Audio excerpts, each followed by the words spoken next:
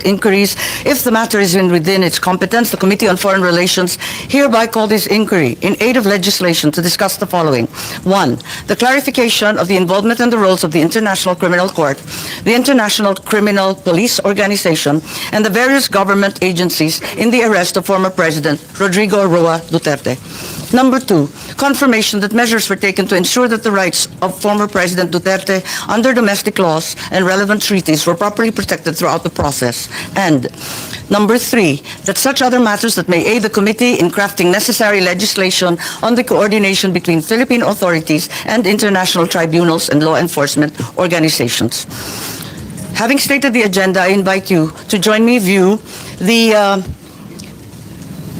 video clips collected during the incident.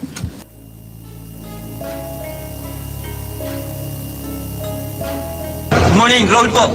Ano pong, sir, anong, yun nga lang yung plano lang, plano? Ano sir? Salubungin lang namin sir.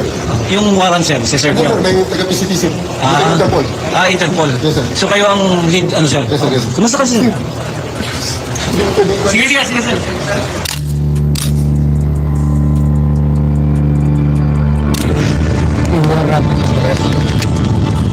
So, you will just have to pay. Kung hindi ako papayag, kung kakampi ka dyan sa mga puti, you better go back to them and have the legal, I am a citizen of this country, a former president, and you show me a piece of paper and you're asking me to go with you. That is a serious illegal detention. Former President Rodrigo Duterte cries out illegal detention at Villamor Air Base after he was served an arrest warrant from the International Criminal Court. The former president was arrested upon his arrival at Ninoy Aquino International Airport on Tuesday, March 11. Duterte's arrest came amid a case before the International Criminal Court for alleged crimes against humanity during his administration's Article 25.3a of the statute for crimes against humanity and pursuant to Article 7.1a of the same statute for murder, sir. Who read the zero? Who read the zero?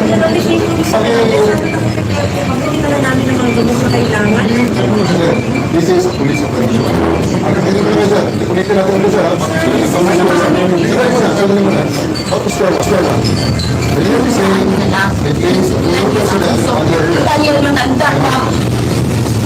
Basically, sir, that is for you to choose 3 people. The company here. Your boss there.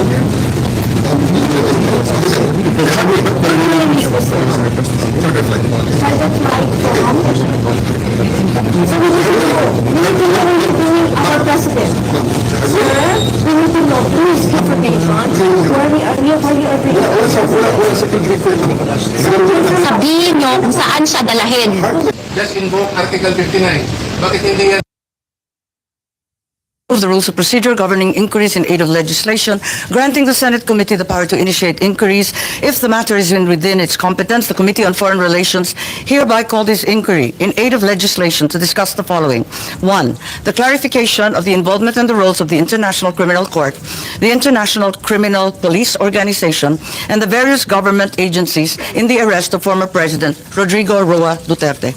Number 2, confirmation that measures were taken to ensure that the rights of former President Duterte under domestic laws and relevant treaties were properly protected throughout the process. And number 3, that such other matters that may aid the committee in crafting necessary legislation on the coordination between Philippine authorities and international tribunals and law enforcement organizations. Having stated the agenda, I invite you to join me view the video clips collected during the incident.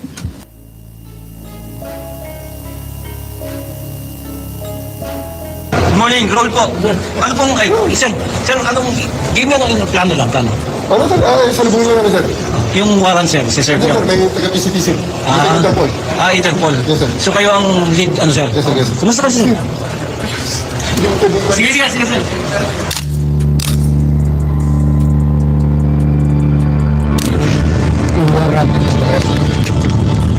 So, you will just have to pay. Kung hindi ako papayag, kung kakampi ka dyan sa mga puti, you better go back to them and have the legal, I am a citizen of this country, a former president, and you show me a piece of paper and you're asking me to go with you. That is a serious illegal detention. Former President Rodrigo Duterte cries out illegal detention at Villamor Air Base after he was served an arrest warrant from the International Criminal Court. The former president was arrested upon his arrival at Ninoy Aquino International Airport on Tuesday, March 11. Duterte's arrest came amid a case before the International Criminal Court for alleged crimes against humanity during his administration's war on drugs. For and against you, the court of law. And I would ask you, sir, if you understand the rights. Of course, coming from the committee. Now that we're asking, sir, for the basis of the warrant, we are seizing, issued a warrant pursuant to Article 25(3)(a) of the statute for crimes against humanity and pursuant to Article 718 of the same statute for murder, sir. Who read the sir? Who read the sir? Hindi ka na namin ng mga gamot na kailangan. This is a police operation. Ulitin natin ulit, sir.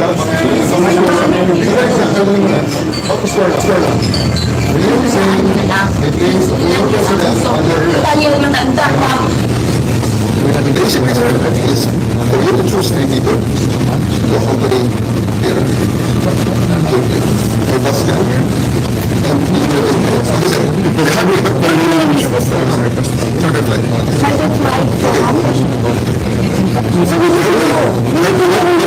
Our president. Sir, we need to know whose information, where we are sabihin nyo kung saan siya dalahin. Just invoke Article 59. Bakit hindi yan magawa-gawa? Especially the president saying, the right to counsel is something that has to be observed and respected.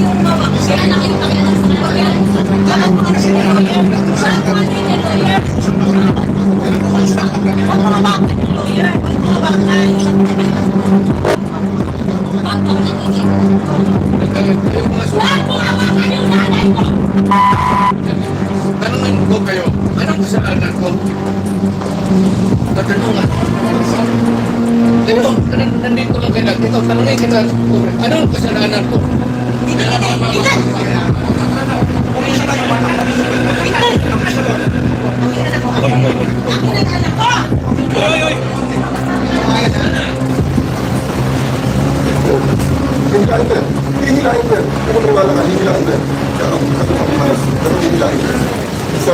You have to bring me to ring. Ang anak mo, pupunta dito. Yes, sir. Hindi pa masukod. Hindi niyo, ikaw, Yes, sir. upon order, sinipin niyo ng patong. Yes, sir. Upon order. Ang sabi ko, ang abogado ko, ang anak ko na babae. They can visit you at your detention center. Hindi nila ako pinapapasok dito sa airbase. Nakiusap ako kung pwedeng makausap ko personal si former President Rodrigo Duterte para mabigyan ko siya ng instructions and then makabigay din siya ng instructions sa si General Marvin daw ang in charge ng Villamor Military Airbase. Saan ka ba naman nakahanap ng military airbase na chief PNP ang in charge at siya ang nagsasabi kung sino ang pwedeng pumasok at hindi pumasok. But you're the second highest official dito sa ating president. Parang pang-politiko ba ito? Alright? Oo. Very much pang-politika ito. Kahit ang ibang bansa nagsalita na.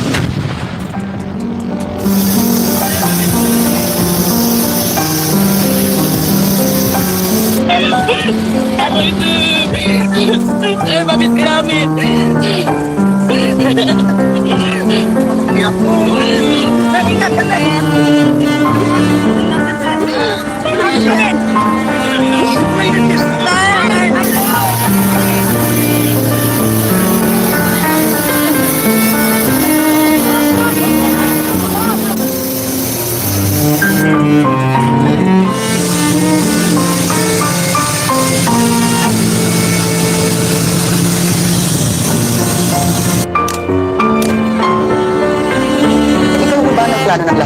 Hindi naman. It was a group effort. Secretary Chidoro was there, Secretary Amio was there too, and the President.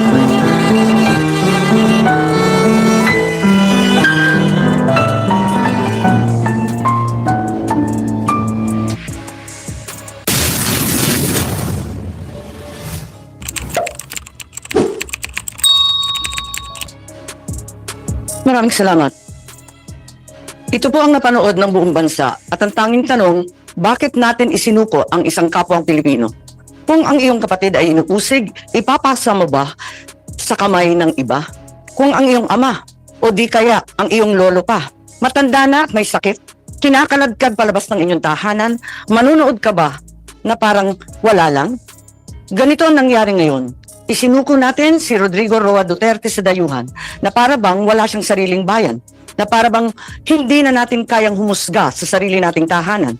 Here we are watching as a fellow Filipino, a leader, a father, a grandfather, a man who served this country is taken not by his own people, but by outsiders who claim the right to judge him. Sabi nila, batas ang dapat manaig. Tama. But whose law? Ours or theirs? Since when did the Philippines become a province of The Hague? Kung kaya nilo itong gawin sa isang dating pangulo, sino na lang ang susunod? If they can march into our house and take one of our own, what stops them from doing it again and again? To you, to me, to any of us. What protection can we guarantee our OFWs eking out a living overseas? This is bigger than Duterte. This is about our dignity as Filipinos. Ngayon pa lang ito nangyari sa buong kasaysayan ng Pilipinas. Pero paano kung mauulit? Paano kung sa susunod, ibang Pilipino naman ang kinaladkad papalabas? The Senate will seek answers, and if there is indeed wrongdoing, we will make certain to put up safeguards so this never happens again. We are not here to fight, least of all, to fight each other. We are here to find the truth. Because a country that does not demand answers will always be at the mercy of those who dictate the questions. Ang hustisyang ipinapataw ng dayuhan ay hindi hustisya. Ito ay pang-aalipin. Ito ay pagkontrol. At mga kababayan ko, hindi tayo alipin. Tayo ay Pilipino. At kung Pilipino ka, hindi mo kailanman isusuko ang iyong kapwang Pilipino. Hindi mo isusuko ang iyong pagiging Pilipino. We call on Senator Bongo, who also has a preliminary statement. Senator Bong, I think you're on mute. There we go. Good day, Madam Chair, distinguished colleagues, to the resource persons present in this hearing. Ang pangunahing tanong ko po sa hearing na ito, paano at bakit tayo umabot sa ganitong sitwasyon? Meron naman tayong umiiral na hustisya sa bansa, meron naman tayong sariling mga batas at korte. Bakit pinayagan po ng gobyerno na nakipin po ang isang Pilipino sa sarili nating bayan? Sabi nga ng mga nakakarami, too late the hero. Kaya kung ano man ang lumabas sa hearing na ito, si dating Pangulong Duterte ay ngayon nasa The Hague na po, Netherlands na po. Ano bang pwede pang magawa? I respect the initiative of this committee to hold the Senate inquiry. Bagamat nirerespeto natin ang pagdinig na ito, sinasabi ko rin po ang aking mga hinanakit na parang too late na po. Walang problema sa akin mag-hearing kahit araw-araw po. Pero ang tanong, may babalik niyo pa ba si Tatay Digong? Yan ang tinatawag ko na too late the hero na po. Useless lahat ng hearing na ito kung hindi na po may babalik si Tatay Digong. Kung kaya, pakiusap ko lang, kung kaya niyo po siyang dalhin doon in less than 1 day, sa loob po ng 13 na oras, dapat kaya niyo rin po siyang ibalik dito sa lalong madaling panahon. Dahil nangungulila po ang Pilipino at hindi kayang tanggapin ang nangyari sa kanya. Bilang isang mambabatas, nandun ako sa NAIA nung lumapag ang eroplanong sinasakyan ni dating Pangulong Duterte. Hindi po ako pinayagang makapasok. Kasama ko po ang kanyang mga doktor dahil may scheduled medical check-up po siya sa March 12. You may check the records po. Importante, masiguro ang kanyang kalusugan dahil 80 years old na po ang dating Pangulo. Pero mukhang hindi ito na isaalang-alang po ng otoridad dahil hindi siya pinayagan na mapunta sa ospital. Hindi nadala ang kanyang mga medisina. Alam niyo po, ako ang nagpapadala ng medisina niya sa bahay niya. Linggo-linggo po yan. Dahil yan po ang pinangako ko sa kanya noon. Bagamat hindi na po siya nakikialam sa akin sa politika. Pero sa kanyang medical, ay yan ang pinangako ko sa kanya na hindi ko siya pababayaan habang buhay. 27 po ang kanyang gamot. Sana po maibigay rin ang kinakailangang gamot at medical attention sa kanya habang nasa ibang bansa. Dahil karapatan naman po ito ng bawat tao. Constitutional right po natin yan. Sanay po siya na mayroong nurse, sanay po siya na may doktor na nag-aasikaso sa kanya. Naikwento nga sa akin ni Atty. Medialdea na yung unang bumisita siya sa detention cell ay nakapaa siya dahil hindi po na naipasok ang kanyang mga gamit. Alam niyo, hirap na siya magmedyas. Hindi na niya kayang magmedyas mag-isa. At ngayon, it took Atty. Medialdea several days bago maipasok yung mga kagamitan na kailangan ni Tatay Digong. Mahirap talagang kanyang sitwasyon ngayon na nakadetain. Sa unang pagharap ni dating Pangulong Duterte sa ICC, napansin natin iba po ang kanyang pananalita. Marahil ito ang estado ng kanyang kalusugan. Sa totoo lang po, several times na po naobserbahan ko yan noon. Yung kanyang pananalita, ganun yan. Pag hindi po naibibigay sa kanya yung saktong medisina na dapat niyang inumin. Marami na pong karamdaman si Tatay Digong. Sino ba namang 8 years old na walang gamot na iniinom at walang karamdaman? Yun po ang aking kinakatakot sa ngayon, ang kanyang kalusugan at ang kanyang kaligtasan. Kaya hindi ko po maintindihan bakit hindi pinayagan ng mga pulis ang doktor na makita siya. Okay na po ako, hindi niyo po ako pinapasok. Ilang beses po akong nakiusap. Pwede ba akong pumasok, sumunod? Pinababa nga ako sa sasakyan eh. Hindi po ako pinapasok doon sa Villamor Air Base. Pero nakiusap po ako na unahin na lang po yung doktor niya at yung ambulansya. Lahat naman may constitutional right to seek medical attention when needed. Lahat ng Pilipino, dating presidente man o normal na mamamayan, lahat ay may karapatan na masiguro ang kalusugan at kaligtasan. Nakakalungkot na isang bagay na ating ipinaglaban para sa Pilipino, hindi maibibigay po sa dating Pangulo na minamahal ng marami. Ganyan ba po ang dapat na trato sa taong minahal ng bayan at minahal din ng taong bayan? Madam Chair, mataas po ang aking respeto sa kapulisan. Lalo na po sa mga babae, mataas po ang aking respeto sa kanila. Nung nakaraang administrasyon, nanumbalik ang respeto ng ating mga kababayan sa kapulisan. Taas noo po ang ating kapulisan, ang ating mga sundalo. As its highest ang respeto sa PNP. Inuna namin ang pagtaas ng sahod ng uniform personnel dahil alam namin kung anong sakripisyo ninyo para sa bayan. Ako mismo bilang SAP noon, ako po nangulit noon na may sakatuparan po ito dahil minahal namin ang kapulisan. Ngunit nakakalungkot, Madam Chair, na nung nandun ako sa NAIA, nakikita niyo naman po sa video, nagtanong lang po ako sa PNP spokesperson kung saan kami dapat pumunta. Dahil sabi ni Chief PNP Marbil sa 250 po.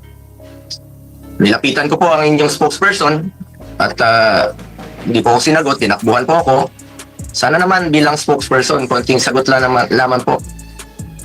Konting respeto, sumusunod naman po kami sa batas. Hindi naman siguro dapat ipagkait sa atin ang respeto at higit sa lahat ang katotohanan.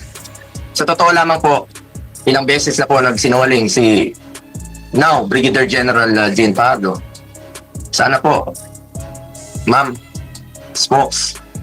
bilang spokesperson, totoo lang po ang sabihin mo, alang-alang sa bayan. Your duty is to be loyal to our flag and to our country. Minahal namin kayo ni dating Pangulong Duterte. Sana, konting respeto lamang po. Kung nagawa niyo yan sa akin, magsinungaling, mas nagagawa niyo po yan sa ibang tao. Respeto lamang sana. Gaya ng pagrespeto at pagmamahal namin sa uniform personnel. Pangalawang beses na po ito na hindi ka sumagot ng totoo. Sa interview mo, sinabi mo nagpupunas lang ng pawis ang ilang pulis na nakuna ng video na umiiyak habang inaaresto si Pangulong Duterte. Mapigilan mo bang umiyak? Nasasaktan po yan. Doon lamang po tayo sa katotohanan at piliin nyo lang laging magsabi ng totoo alang-alang sa bayan. We must always entrust our loyalty to the Filipinos, to our flag, and to our country. Di naman po parating sinasabi ni dating Pangulong Duterte sa inyo. Just be loyal to our country and to our flag.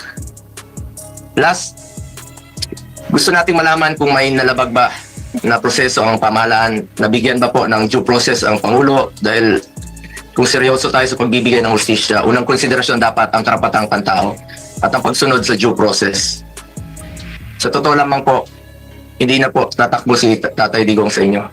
Di na niya kayang tumakas. At alam niyo po yun. Di na niya kaya kayong takbuhan. Dahil hirap na nga siya maglakad, nagsusungkod na nga lang po siya.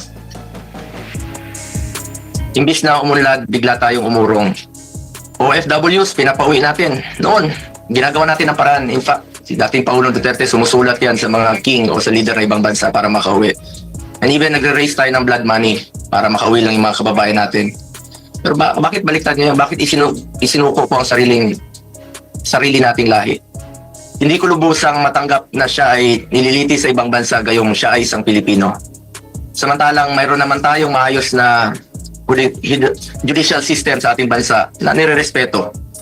Kasarinlan yan bilang isang bansa. May sarili tayong batas, may sarili tayong proseso, may sarili tayong korte at may kakayahan tayong panagutin ang sinumang nagkakasala sa ating bayan. Madam Chair, this is now a matter of principle, justice, and humanity. Hindi ba't may sarili tayong sistema ng hustisya? Kapag may Pilipinong nagkasala, dapat tayo po ang husga. We must protect our citizens and we must stand as one. Dagdag pa dito, Madam Chair, mula noon hanggang ngayon, naninindigan naman po si Solicitor General Minardo Guevara na walang jurisdiction ng ICC sa ating bansa. Kung consistent po ang gobyerno sa posisyon na ito na hindi kilalanin ang jurisdiction ng International Criminal Court, bakit hinayaan po nitong ma-implement ng warrant of arrest ang Interpol mula sa isang korte na hindi naman natin kinikilala? Kung wala naman talagang jurisdiction at may warrant of arrest ang Interpol o ICC, sana binigyan muna ng pagkakataon ng gobyerno through the proper authority like judicial court na i-verify o suriin ang validity ng arrest sa warrant. Ang issue na ito ay hindi lamang para kay Pangulong Duterte. Ito ay mahalagang usapin sa soberanya ng Pilipinas ang nakataya dito. Alang-alang sa ating mga bayaning nagbuwis ng buhay upang makamit lang ang ating kalayaan. Alang-alang sa ating ngayon na patuloy na inaalagaan ng ating soberanya upang ang ating mga anak at mga anak ng ating mga anak ay mamumuhay ng isang bansa na malaya at irespeto ng ibang bansa. Ang bawat Pilipino, mataas o mababa man ang katayuan sa buhay, dapat may gobyernong masasandalan na hindi siya pababayaan. Former president man o hindi, karapatan yan, lalo na po pagdating sa kanyang kalusugan, kaligtasan at buhay. Sa huli, bagamat andon si Tatay Digong na buong tapang na hinaharap ang kasong isinampa sa kanya, tulad ng kanyang paulit-ulit na ipinangako, napakasakit po sa dibdib na pagkatapos niya isakripisyo ang kanyang sarili para sa kinabukasan ng ating mga anak at ng bawat Pilipino, ni isang Pilipino ay hindi huhusga sa kanya. Imbis na ibigay sa Pilipino ang paghusga sa mga ginawa ni dating Pangulong Duterte na paglaban sa droga at kriminalidad, sadly, hindi po ganun ang nangyari. Sabi ko nga, para sa akin, Pilipino po ang dapat humusga sa totoong sitwasyon sa bansa. Kung mas nakakalakad na po ba ang ating mga anak noong panahon niya, hindi po nasasaktan, hindi nababastos. Kayo po ang humusga. Pilipino po ang dapat humusga. Minahal tayo ni Tatay Digong. Ginawa niya po ang lahat para sa bayan. Tanda na po siya. Ayaw na nga niyang tumakbong presidente. Pero ginawa niya po ito dahil yan po ang kanyang sinumpaang tungkulin para sa mga kababayan natin Pilipino. Pero ngayon, hindi lang si Tatay Digong ang inialay at ipinamigay ng ating sariling kababayan. Gusto lang inialay at ipinamigay din ito ang karapatan ng Pilipino na husgahan ng ating sariling kababayan at magdesisyon kung ano ang mas makakabuti sa ating bayan. As I said, March 11 was indeed the saddest day in our history. Sana po, hindi na po ito maulit. Marami pong nasaktan na Pilipino. Salamat po. Maraming salamat sa aking kasama, Senator Bongo. We assure you that this is no time for heroics. We are determined to get the truth. We now call on Senator Jinggoy Estrada, who has manifested his desire to make a preliminary statement. Madam Chair, I wish to waive my opening statement in order to expedite the hearing. But if you will allow me to fire the first salvo, it will be very much appreciated, Madam Chair. Kung maaari, siguro umpisahan na lang natin kasi medyo komplikado yung ating proseso. Umpisahan muna natin yung order, ano? Tapos kung pwede, sumabat na lang kayo, kikilalanin kita kaagad-agad. Yes, Madam Chair. Maraming salamat. Okay, at this juncture, I call on the committee secretary to administer the oath to our resource persons. Kindly stand and raise your right hand and repeat after me. I state your name. Do solemnly swear to tell the truth, the whole truth, and nothing but the truth in this proceeding. Thank you. You may now sit. Yes, marami pong salamat. Napakaraming cabinet member po rito, mga secretary, mga napakatataas na mga opisyal ng ating pamahalaan. Can we say that as secretaries and high government officials, you are the alter egos of the president, particularly those in the cabinet? Tama po ba yun? That is correct. Thank you. And as you are all in the executive branch, can we say you are bound by the words and statements of the president? Yes, Madam President, as we are bound to by executive privilege for the President. Thank you. May I recall a clip derived from 18 February 2023. President Ferdinand R. Marcos Jr. said the following, and the clip is here.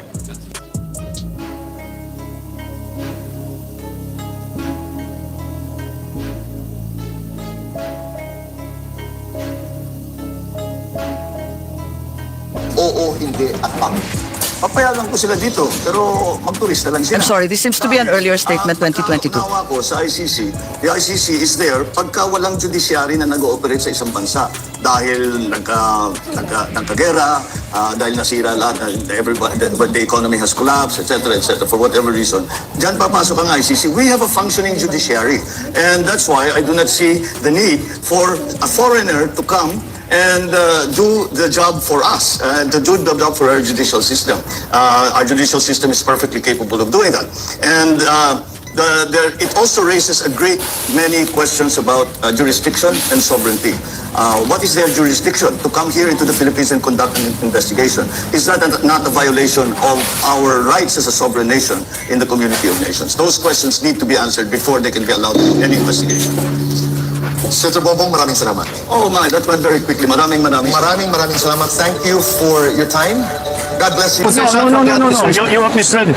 We do not cooperate with the ICC. That is the position of this government.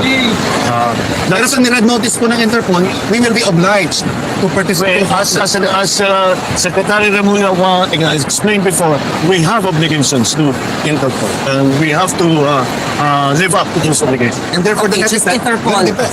Okay, let me say this for the 100th time.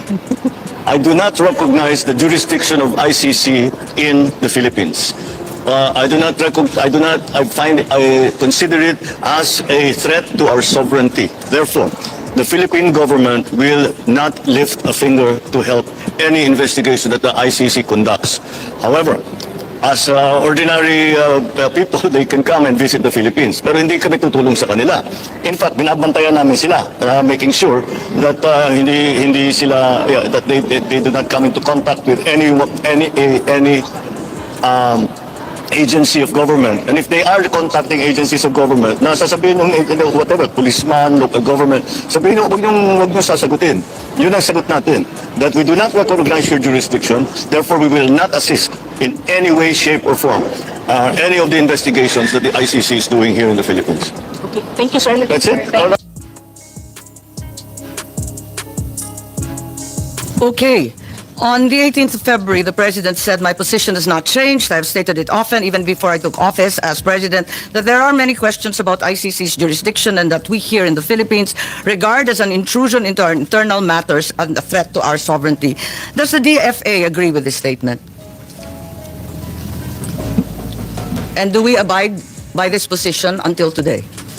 Anyone from the DFA, please?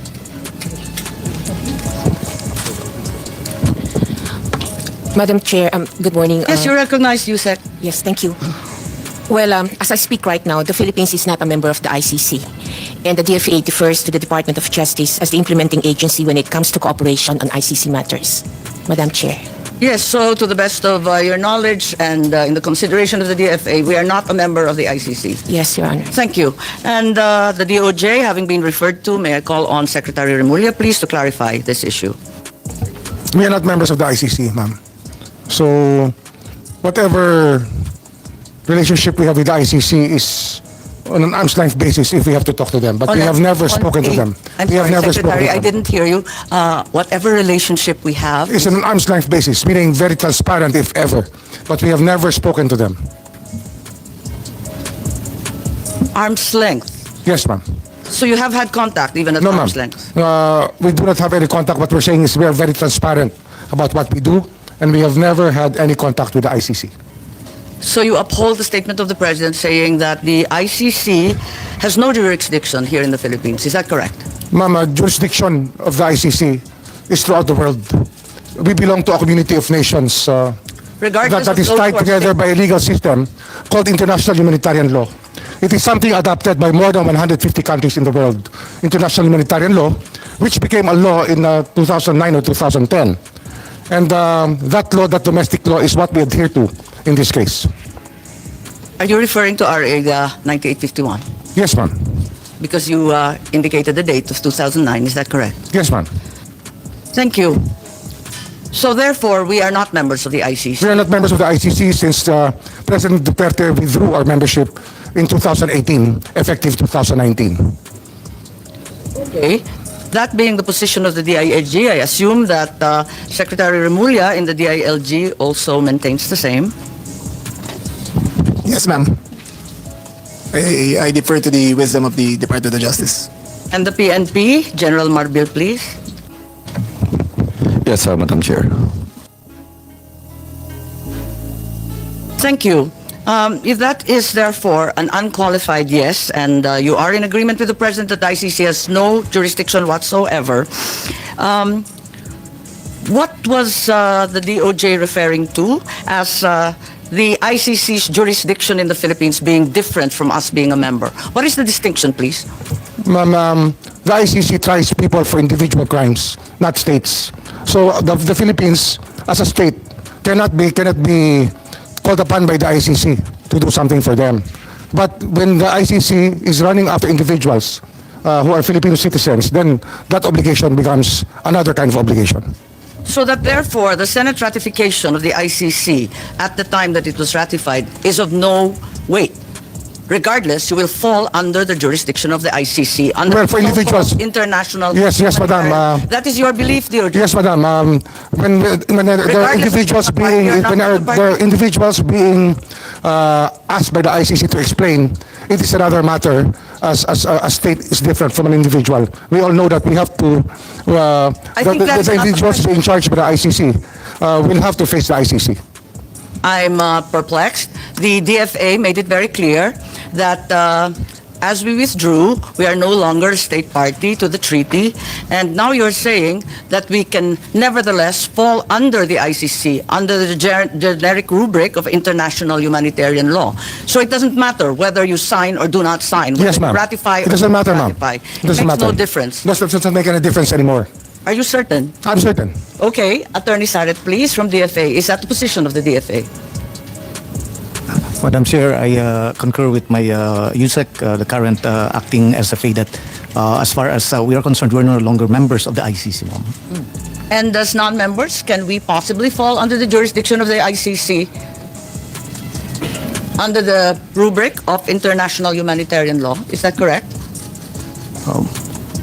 Yes, ma'am, I think, because we, under the... What's the use of signing or ratifying a treaty if it bears no weight? I defer, ma'am, to Secretary Remulla. May I? Ma'am. I think it's your purview, your DFA. Yes, ma'am. But yes, ma'am, technically we are no longer a member of the ICC, but we might be obligated under residual jurisdiction as what the Supreme Court in one case already mentioned, that we still have residual jurisdiction. Thank you, Madam Chair. Yes, Madam Chair, if I may.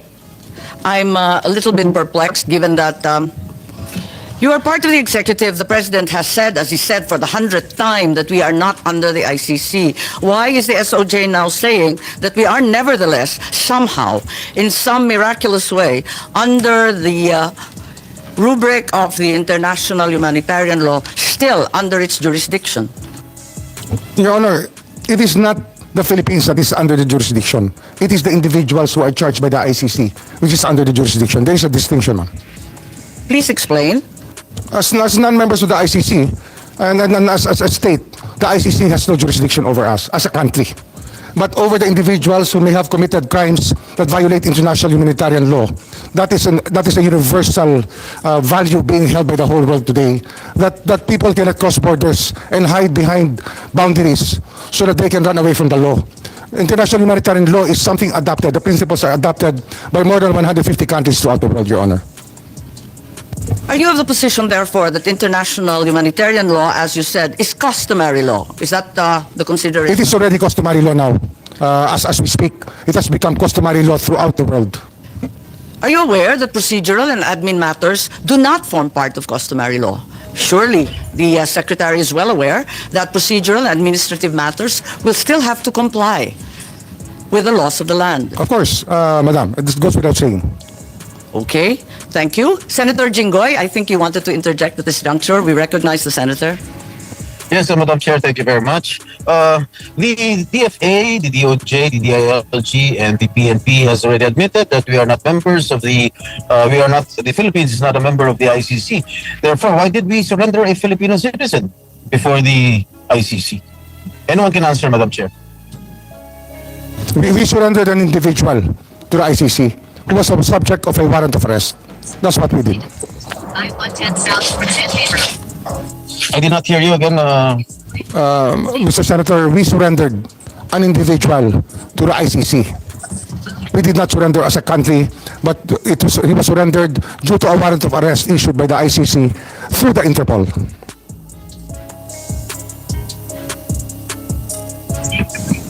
Senator Jinggoy, any follow-up questions, please? Thank you. If that's the case, while we've attempted to retrieve Senator Jinggoy, let me just pursue the question of the international humanitarian law being customary law. Since procedural and administrative matters do not fall under customary law, ICC processes, therefore, are not part and parcel. Madam Chair, the distinction of the ICC process of issuing a warrant of arrest is something accepted through a treaty, the International Police Organization. You have just contradicted yourself, sir. You said it was customary, and now you're saying it's by treaty. We can be very technical about it, ma'am. Sorry. But we can be very technical about it if you wish to be. But the fact is, it is our accession to the Interpol which made all of this possible. We will go to the Interpol later. Let us discuss the ICC at this juncture. So, while I will go with you for the sake of argument that the IHL, or International Humanitarian Law, has now become accepted as part of international customary law, I am unable to accept that ICC processes and administrative procedures as well are now part of customary law. I don't think so. The processes are not part of customary law. We have our own administrative processes. If you ask me about this, Madam, we can say that the IHL is the domestic law that we followed in recognizing the warrant of arrest issued against Rodrigo Roa Duterte. Which domestic law and process did, Republic Act 9851, Your Honor. as mentioned previously? Yes, as mentioned previously, and within the provisions allows us two options, either extradition or surrender. We chose the executive mode, which is surrender. We will go to that later, but at this juncture, therefore, I get an acceptance from the Secretary that, in fact, the processes that should have prevailed should have been those stipulated under RA 9851 or our own local law. We follow the process, ma'am. Thank you. So that's correct. On the same day, if I may proceed, the President also said, I do not see what its jurisdiction is, referring once again to the ICC. Can we bring back the video? I think there is a statement there. I feel that we have in our police and judiciary a good system. We do not need assistance from any outside entity. Again, as part of the executive department, you have subscribed to this view, I assume. Yes, Madam. So to clarify, the statement means that the President was not recognizing the jurisdiction of the ICC over the crimes allegedly committed by the former President. Is that correct? We do not recognize the jurisdiction of the ICC over our country. What we recognize is the jurisdiction of the ICC over individuals who may have violated international humanitarian law by committing murder and other heinous crimes. If I may, I think the President was referring to the jurisdiction of the ICC over crimes, specifically crimes committed by PRRD. Isn't that so? Can you rephrase your question, ma'am? Well, you said that while the ICC has no jurisdiction over the Philippines as a state, it maintains jurisdiction over individuals and crimes under Yes, ma'am. the international humanitarian order. Yes, ma'am. Right. What the president said is that there is no jurisdiction over the crimes committed by the former president. Well, Because we have a functioning police and judiciary system. Unless you submit that we don't. submit that we don't what, ma'am? That we don't have a functioning police force. We have a functioning or police a force. judiciary. We have a judiciary. But what we are dealing with here You're is crimes contradicting your committed president, 14 years ago to 2019. We're talking about a timeline, Your Honor, that we were not even here yet, and that it is very hard. Ma'am, may I Yes. continue? Yes, carry on. Well, it Yes. is very difficult for us. We made our No, the commitments. president made it very clear. We made our commitments to the United Nations that we would investigate all of these crimes committed during the drug war.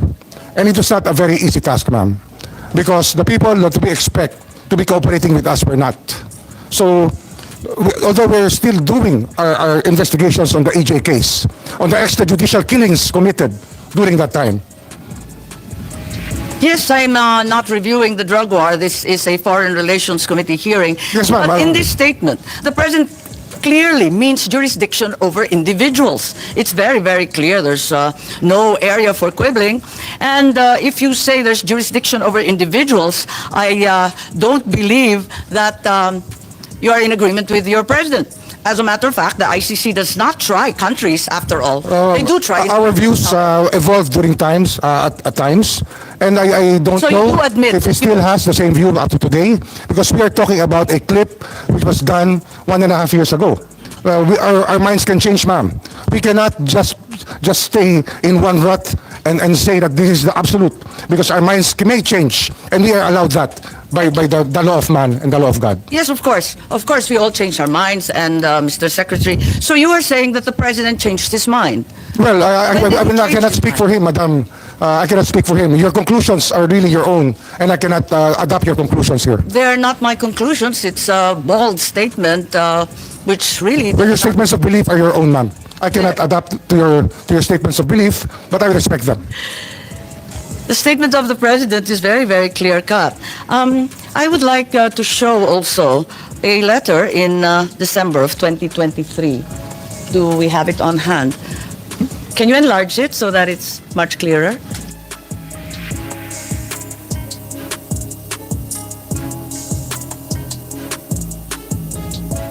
Okay.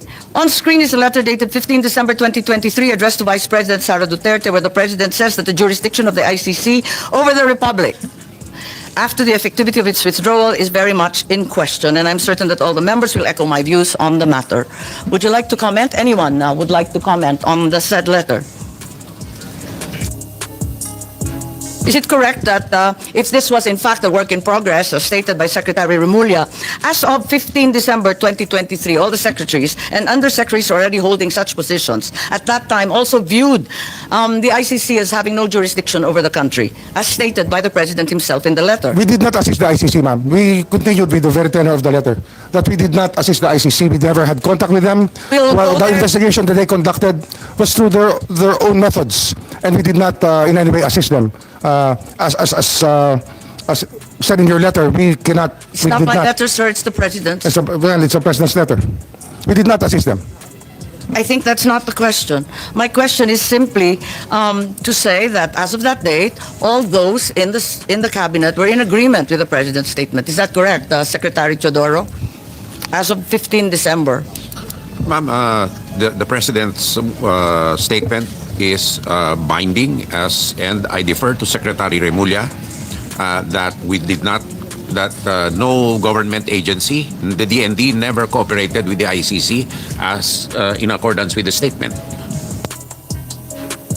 Okay, and are there any other secretaries who'd like to verify that? We have Director Anyo, Director General Anyo. I believe you are cabinet rank as well, and the NSC sits with the President. Is it correct to say that everyone maintained the same position?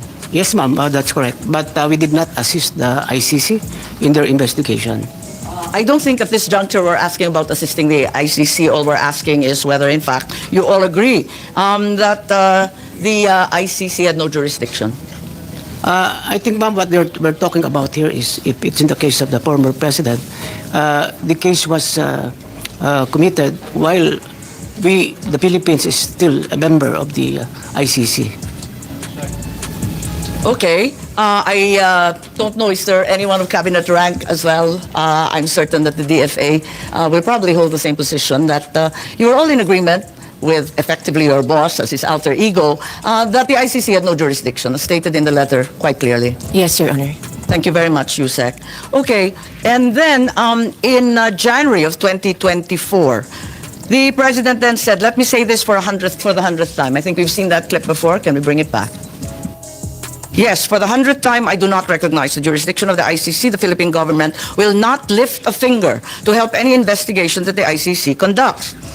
So, at the risk of really belaboring the point, may I confirm is the DOJ, at least as of early last year, was of the stance that ICC had no jurisdiction and the Philippines would not lift a finger, in the words of the President. The ICC never had does not have jurisdiction over the Philippines, Your Honor. And we did not lift a finger to help them at all. So we affirm that we never at any juncture lifted a finger. Yes, Your Honor. Also, I think the Secretary of Justice vehemently asserted the same during that time. May we have the PowerPoint, please?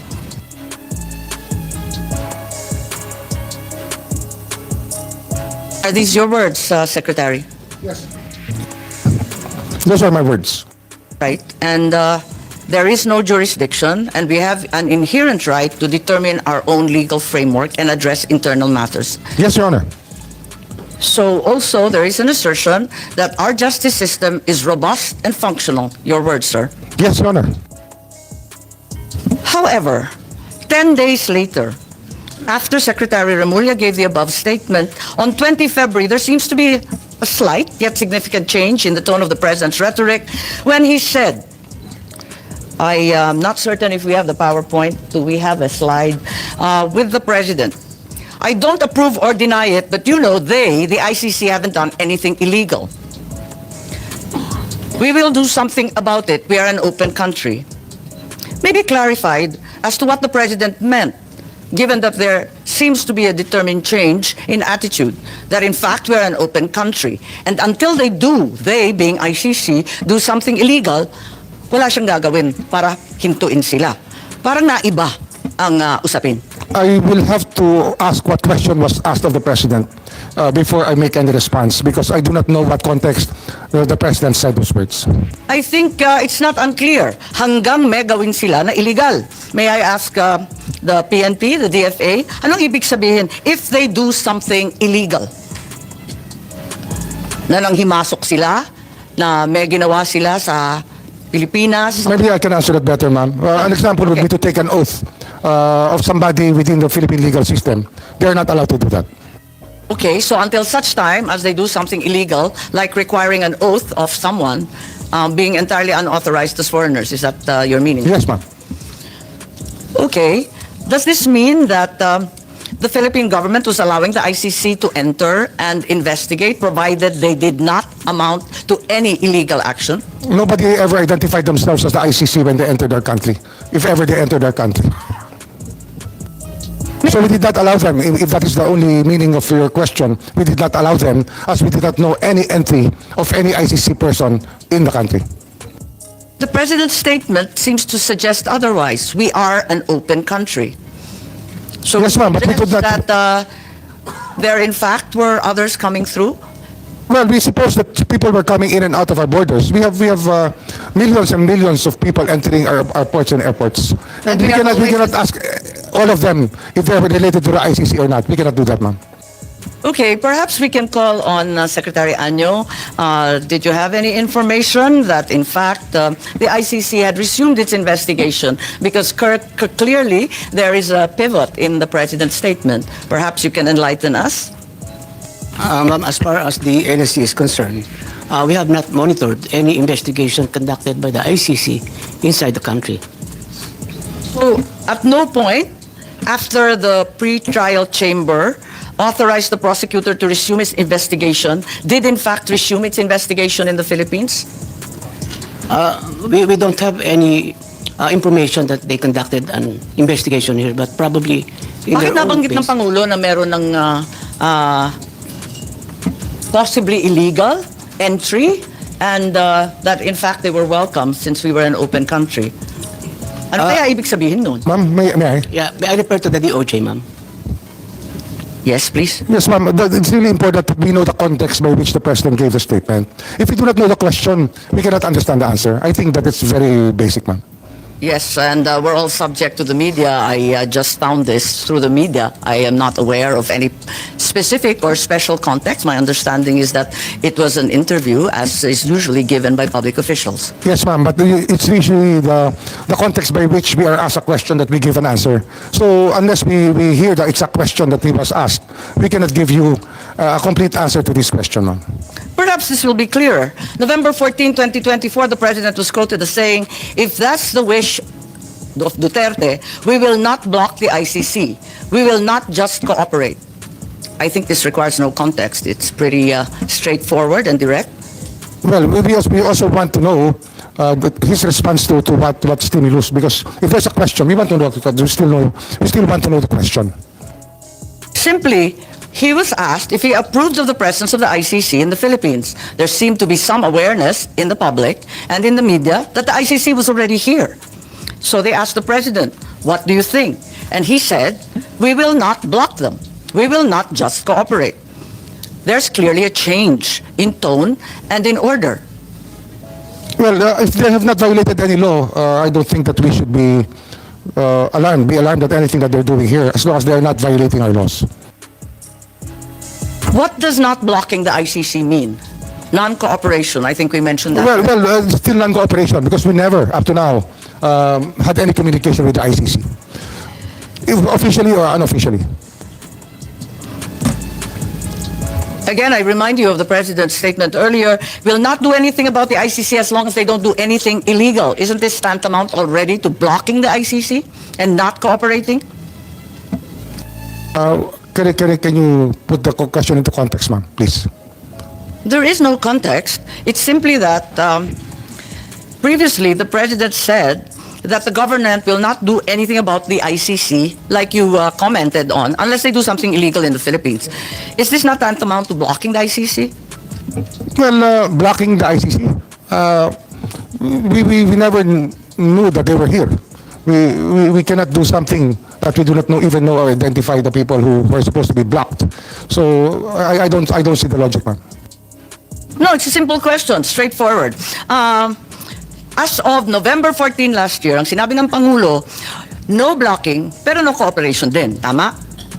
Marahil, yun siguro po, mas maganda kung Tagalogin natin, hindi tayo tutulong sa kanila. Hindi tayo tutulong. Hindi tayo hahadlang, ngunit hindi tayo tutulong. Yung Hindi tayo paghadlang kasi, haharang ng anuman investigasyon, pwera lang kapag illegal na ang ginagawa. Pero Ganun nga ho yun. hindi rin tayo tutulong. Ganun ho ang batas natin eh. Nanguhuli lang po tayo pag may ginawa akong mali. May ginawa akong paglabag sa batas. Ang maliwanag dito, nag-umpisa na ang investigasyon. As of November nung nakaraan. Hindi ko po masasabi yun. Kasi wala po akong contact, wala po akong alam na ganung hong usapin nung panahon na yun. So ang ibig sabihin, hindi pa nag-uumpisa ang investigasyon, nagsasalita lang ang presidente ng kusa na Depende nga ho sa tanong. Ang problema ho, ating salita. ang problema ho, kung hindi natin alam ang tanong, paano natin malalaman kung paano ba niya sinagot yung tanong sa ganung paraan? Kaya kung pwede ho, ilagay niyo natin Sabi ko lang ng ilagay tanong. po natin sa talata yung tanong na tinanong kay Pangulo para malaman natin kung ano ang kanyang sinasabi. Kasi hindi ho ang ganitong salita po ay response po sa isang tanong. Kaya dapat yung tanong po sana iharap niyo po sa atin para buo ang pag-uusap. Tsaka sino po ang nagtanong? Anong pagkakataon yun tinanong? Ang media ang nagtanong at ang simpleng tanong, aprobado mo ba ang presensya ng ICC in the Philippines? I think the identity of the media is irrelevant. The question is, does he approve of the ICC in the Philippines? Ang sabi niya, simple lang naman, ay kapag walang illegal, talaga naman sasalubungin natin sa ating bansa pagkat tayo ay bukas at malaya. Yun nga ho, tama ho yun. Yun ang sinabi niya. Talaga hong habang wala hong ginagawang illegal ang tao, ay pababayaan natin silang manatili sa tahimik. Tama. Ngayon, ang ibig sabihin nito, nag-umpisa na ang ICC investigation. Maybe we ask Secretary Anyo, please. Bilang NSC, baka mas alam ninyo kung kailan nag-umpisa yung parating nila, yung pabalik-balik po nila. Madam Chair, wala po kaming impormasyon. Hindi po kami aware na nagkaroon ng investigation dito ang ICC ng mga panahon na yun. As of November noong nakaraang taon, wala pang ICC investigation anuman na nalalaman po ninyo? Wala po kaming nalalamang investigation. At wala po kaming namomonitor na pumuntang ICC investigators. So, ganun din, ang ating Deputy DG Erico, si DG Guloy, baka may maidagdag kayo. Dahil ang pagkaintindi namin, pag narinig mo, nabasa mo, simpleng pagkaintindi, sinabi na ni Presidente, hindi namin pagbabawalan. Ano kaya yun na pagbabawalan? Kung hindi pa nag-umpisa, bakit sinasabi niya, hindi ko pagbabawalan hanggang hindi illegal? Nakakapagtaka. Ganon din po, Madam Chair. Wala rin po kaming informasyon at saka na-monitor na meron po ICC during that period, Madam Chair. So, ang Pangulong mag-isa ang nagsabi na hahayaan niya, pwera lang kapag illegal na ang gawain. Siya lang mag-isa ang nagsabi nun, ngunit kayo, wala naman kayong impormasyon na naibigay sa kanya tungkol doon. Opo, Madam Chair. Wala po kaming impormasyon na ibigay kay Presidente po, Madam Chair. Thank you. As we speak today, what is the stance of the executive? Does the ICC have jurisdiction over the crimes committed in the Philippines between November 2011 and March 2019? We just follow the Supreme Court's dictum. In that case of Pangilinan Cayetano.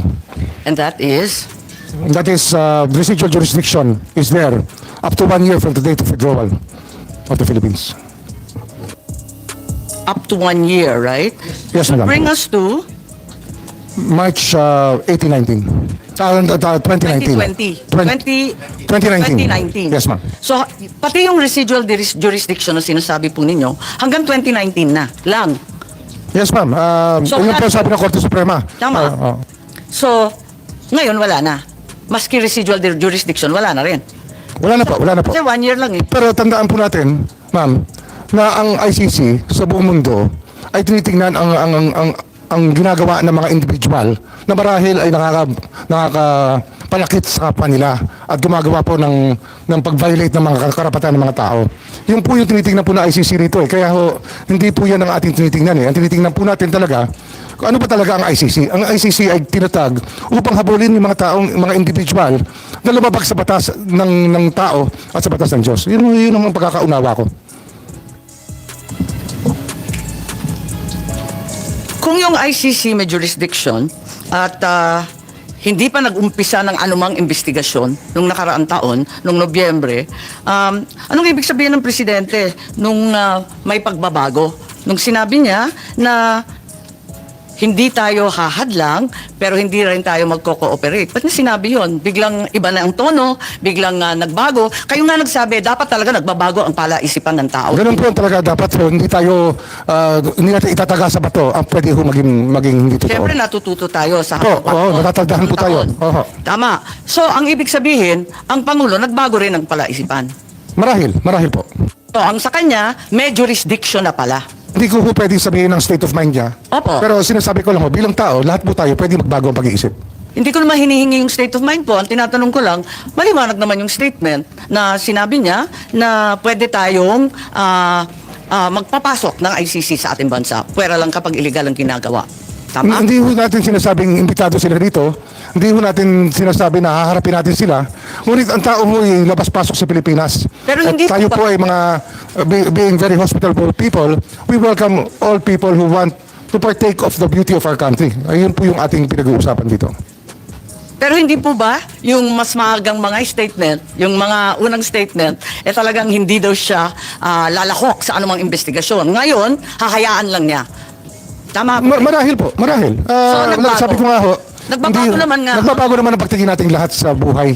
Hindi naman po ang pagtingin natin nung tayo 20 anyos at ngayon ay pareho pa rin. Sana naman na tumatanda rin po tayo. Natututo rin po tayo. So do you mean to tell me that after saying 100 times that the ICC has no jurisdiction, the President at the 101st time changed his mind and determined that there was somehow some kind of jurisdiction that allowed them to come here and investigate? I cannot comment on his state of mind when he said that. I don't think it's a question of state of mind, sir. It's statements. His statement will speak for itself. When did the executive then change his mind, given that we are admitting he changed his mind, at least to some degree? Well, I cannot agree to I mean, the question, ma'am, is very vague, if you ask me. Hindi, nagbago, di ba? Nung una sabi niya talagang haharangan niya. Because I cannot, as I said earlier, ma'am, Korte. I Tapos cannot- biglang sinabi na bukas ang Pilipinas. Kung nag-iimbestiga sila, papasukin. Pwera lang pag may ginagawang illegal o may krimen. Again, I can say that hindi ko ako pwede magkomento sa state of mind niya. Kung paano ho nag-iisip ang Hindi ko Pangulo, naman hindi pa ako tinatanong kung magkomento. galit, wala naman akong tinatanong kung masaya. Yun ang state of mind. Ang tinatanong ko, doon sa sinabi, hindi ba maliwanag na nag-iba? Sabi ko nga ho, lahat tayo nagbabago ng pag-iisip sa pagdaan po ng panahon. Okay. Tayo po ay natututo naman ng unti-unti at nauunawaan natin ng gusto ang mga pangyayari sa paligid natin. Kung aaminin natin na nagbago ang pag-iisip, bakit? At kailan nagbago yung pag-iisip natin tungkol sa jurisdiction ng ICC? Bakit? At meron bang dahilan? Baka may alam ang DND, baka may alam ang NSC para maintindihan natin kung saan na tayo ngayon. Kasi tayo ay nag-iimbestiga in aid of legislation. Gusto ko malaman saan ba tayo patungo. Ano na ba ngayon? Palibasa, eto nga, admitido natin, nagbago. Kung nagbago, saan na tayo ngayon? Siguro po yung pag-unawa po ng ICC jurisdiction. Kasi nung nag-aapila pa tayo sa ICC, na sinasabi natin na hindi tayo sa cloud dito, marahil yung isang pagising natin sa katotohanan na ang inahabol ng ICC ay hindi naman bansa, ngunit individual. Marahil yun po yung pag-unawa na nagbago sa ating lahat.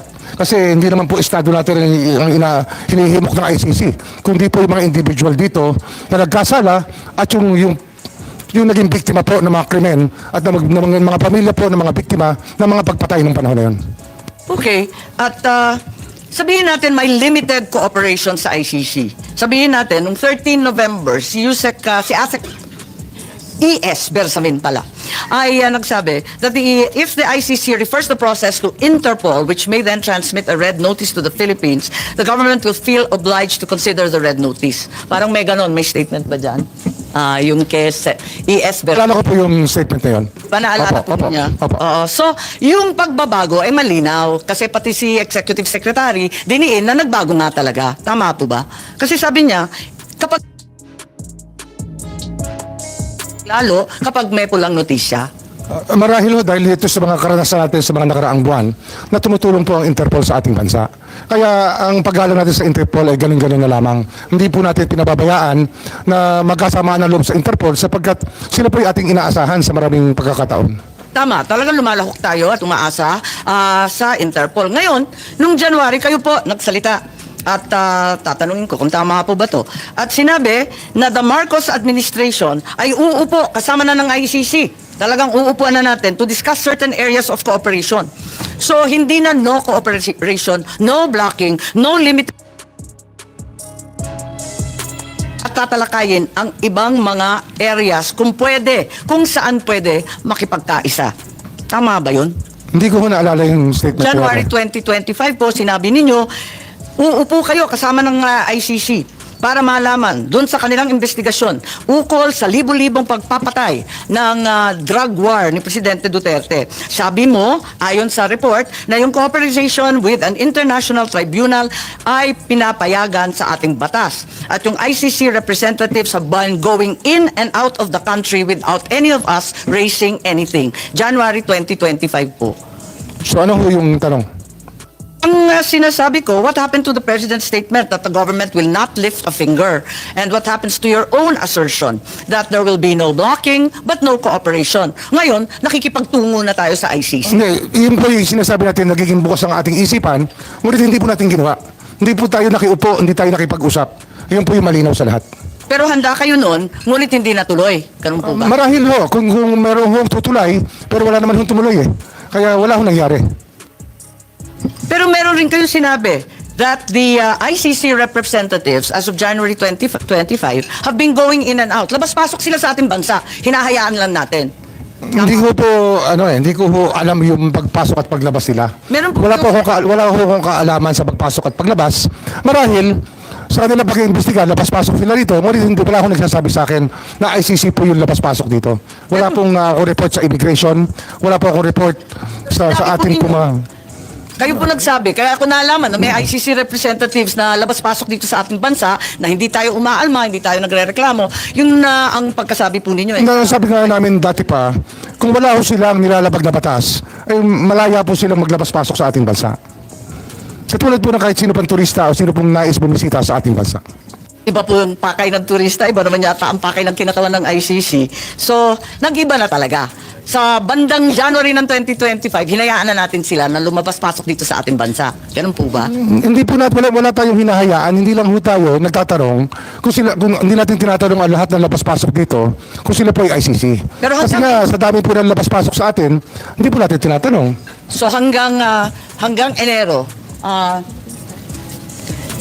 Enero nitong taon, talagang maliwanag na labas-pasok na yung mga ICC, ano?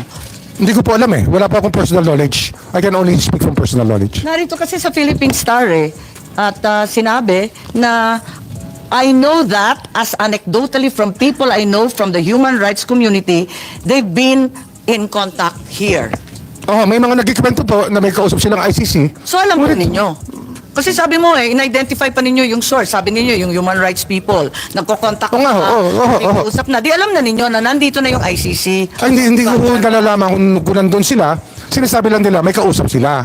Hindi ko sinasabi kung saan sila nag-usap at paano. Pero siyempre marami kong gustong tumulay. Ngunit hindi naman natin hindi ho nagkaroon ng pagkakataon na makilala talaga namin ng ICC o makaharap.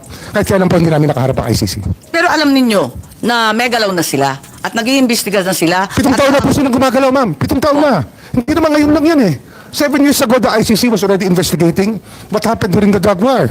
What happened 7 years ago? Parang nahinto eh. Bakit sinabi natin na hindi na tayo yun lang po yung aking recollection kung kailan sila nagsimula. Na parang 2016 nga, baka 9 years ago pa. Sinimulan na po nilang bantayan ang ating drug watch, yung ating drug war noong nagsimula po yung patayan. Pero matibay ang ating kalooban, matibay ang paninindigan natin na hindi natin tutulungan at talagang tututulan natin pagkat meron tayong sariling pulis, may sarili tayong mga korte. Ang liwaliwanag nun. Opo. Bago lamang, meron po tayong panahon na binabantayan dito. May panahon po tayong binabantayan dito. 2016 hanggang 2019, ay doon po ang kainitan ng drug war. At ito po, ang dami lumalapit sa aming opisina, humihingi ng tulong na maimbestigahan yung magpatay kung kani-kanino na lamang. Pero marami ho kaming talagang naging Kailan pumunta sa opisina ninyo? Kasi binabanggit ninyo, hindi pa Marcos administration, yung 2016 to 2019. Kailan nag-umpisa? Simula ho sila pumunta sa amin, 2022 na. So matagal na ho nakalipas ang mga krimen na nangyari. Pero nung umpisa, ang sinasabi natin, paulit-ulit, talagang hindi tayo tutulong at hindi natin hahayaan sila manghimasok. Maybe, we can ask Secretary Anyong, sorry, kumakain po kayo, violation na naman ng human rights po to. Pero, kung maaari bilang pinuno ng National Security Council, baka may naalam kayo tungkol sa pivot. Kasi parang nag-iba eh. Hindi nag-iba. Bakit nag-iba? Nung una, ang tindi ng ating paninindigan na hindi kailanman tayo tutulong sa ICC. Biglang lumambot. Nahayaan natin pag pumasok sila. Tapos, pagkatapos nun, meron ng statement, uupo tayo. Kung may mamamagitan, pag-uusapan kung saan tayo pwede tumulong. Meron ba kayong alam, Secretary Anyo? Kasi maraming nagsasabi na kayo daw ang dahilan kung bakit nagbago ang isipan ng ating administrasyon. Madam Chair, palagay ko po ay walang basis po yung ganong klaseng allegation sapagkat ito po ay legal na usapan at hindi po kami nag-focus sa legal na usapan sapagkat ang sa amin po ay on the lens of national security. Tapos wala rin po kaming na-monitor na pumasok dito ng mga ICC investigators nung sinasabi ng mga panahon na yan. So wala kayong alam tungkol sa pagbabago ng isipan at polisiya ng ating administrasyon? Wala po, Madam Chair. At hindi rin kayo kasama sa pagpaplano ng aresto ni former President Duterte? Ma'am, meron po akong opening statement. Pwede ko po bang basahin? Siyempre, oo. In the meantime, if I may recognize the arrival of Senator Cayetano. Please proceed, Secretary. Yes, ma'am. Good afternoon, everyone. I'd like to start by thanking the Senate Committee on Foreign Relations, chaired by Senator Amy R. Marcos, for the opportunity to clarify the truth about what transpired during the arrest of former President Rodrigo Roa Duterte and other related matters. I believe this is also a good venue for me and my fellow officials to clarify what really happened and to debunk and dispel the false accusations and fake narratives that have misled the public about this issue. As government officials, it is our duty to be truthful and to assure the public that our actions were proper and in accordance with the law. I, for one, have been the victim of relentless disinformation campaign aimed at destroying the integrity and credibility I have carefully built over 4 decades of public service, which began the day I entered the hallowed halls of the Philippine Military Academy. While public officials are not supposed to be thin-skinned, I have rolled with the punches for several days. However, the time has come for me to air my side. Therefore, I am grateful for the opportunity to speak before the Senate and present the truth. As a former member of the cabinet of the Duterte administration, it is also very hard for me to see the former president arrested. I worked closely with former President Duterte for so many years through the most serious crisis the country faced, and we have developed and nurtured a personal friendship. He trusted and respected me in the same way I trusted and respected him, even after our terms ended in 2022. I retired from public service when former President Duterte ended his term. However, the repeated calls for public service came again, and 6 months after my retirement, I was appointed by President Ferdinand Marcos Jr. to be his national security advisor. I saw my appointment as a continuation of my service to the Filipino people across different administrations. As a soldier, my loyalty has always been to the Constitution and the chain of command. This has always been my principle when I served as the Commanding General of the Philippine Army under President Noynoy Aquino, then as AP Chief of Staff, and later as Secretary of the Department of Interior and Local Government under President Duterte, and now as National Security Advisor under President Marcos Jr. In its position, I have held under several administrations. I have never played politics. I do not have a political agenda, nor do I have or will I ever have political ambitions. I uphold the same principle in my role as National Security Advisor and Director General of the National Security Council. Thus, I'd like to state for the record that my role was limited to the mandate of my office to assess that the situation does not escalate into a national security concern. The implementation of the ICC warrant is beyond my mandate, and I have no part in it. And may I also state for the record that I am not aware of any core group, nor am I a member of such group that allegedly planned and prepared for the arrest of former President Duterte. In fact, it was only on Tuesday morning, March 11, 2025, that I learned that there was already an Interpol red notice and that the ICC warrant of arrest would be served. There was also no intelligence operation. The former president's presence in Hong Kong, as well as his return to the country, was a public knowledge since it was heavily reported in both mainstream and social media. It is utterly unacceptable and unfair that my name is being dragged into an alleged grand conspiracy. I firmly deny any allegations of a grand conspiracy. In fact, the events in March 11 were spontaneous. As National Security Advisor, I was merely doing my job. However, I face all these accusations against my honor and integrity with firm resolve, knowing that I am on the side of the truth, and I was simply doing what I had to do. And in doing so, I upheld the truth, justice, and the rule of the law. Again, my loyalty is always to the country, to the Constitution, and not to any person. Thank you, Madam Chair. Salamat, Secretary Ed. Subalit sa kabila nito, nagsalita po ang ating mahal na Secretary John Vic na ang nagplano po rito, o yung pagkaintindi namin, ang nagplano ay kayo. I would like Secretary to ask... Anyo, Secretary Gibo Chodoro, at ang pinangalan, ang Chief PNP, General Marbil. Parang apat yung pinangalanan sa isang interview ng ating Secretary ng DILG. Can I answer that, ma'am? Yes, please, you're recognized. The question was, who planned this? I did not state in any way who planned it. The meeting was of executive privilege. It is a conversation between the President and the ones I mentioned. There were... So what exactly did you say? Ano sinabi po ninyo? They asked me- Kaintindi namin, itong apat na pinangalanan ang siyang nagplano. Ma'am, we're already invoking executive privilege in this matter. Yes. We're invoking executive privilege in this Yes, matter. that's fine, but it's Yes. in the interview. And it's Yes, ma'am. It goes as far as the interview, ma'am. Yes, ma'am. Yes, I'd like to understand. I think your brother was trying I to did not explain state in any what he way. said in the interview, and I'm They happy asked to hear me if it. I planned it. I said it was not me. There were other people in the room, but we did not discuss any plans of any arrest. Saan ang galing yung mga pangalan na ito? Ma'am, that again is executive privilege, ma'am. Let Pero me explain, ma'am. Let me explain nandun first, sa ma'am. interview po eh. Yes, yes, Ang ma'am. liwanag Let eh. me explain first, ma'am. We were discussing rumors of an impending arrival Parang based on... hindi yung ganun ang dating sa amin eh. Ang pagkaintindi that is namin, the whole apat truth, ang plano. ma'am. That is what we were discussing rumors. Go ahead, ma'am. Patugtog na lang natin para maintindihan ha. What was and who was really on top of this? Kayo po ba? Because during the press conference of the president, it was you and the president. Yes. So ikaw po ba nagplano ng lahat ng ito? Hindi naman, hindi naman. It was a group effort. Secretary Chidoro was there, Secretary Anyong was there too, and the President and I.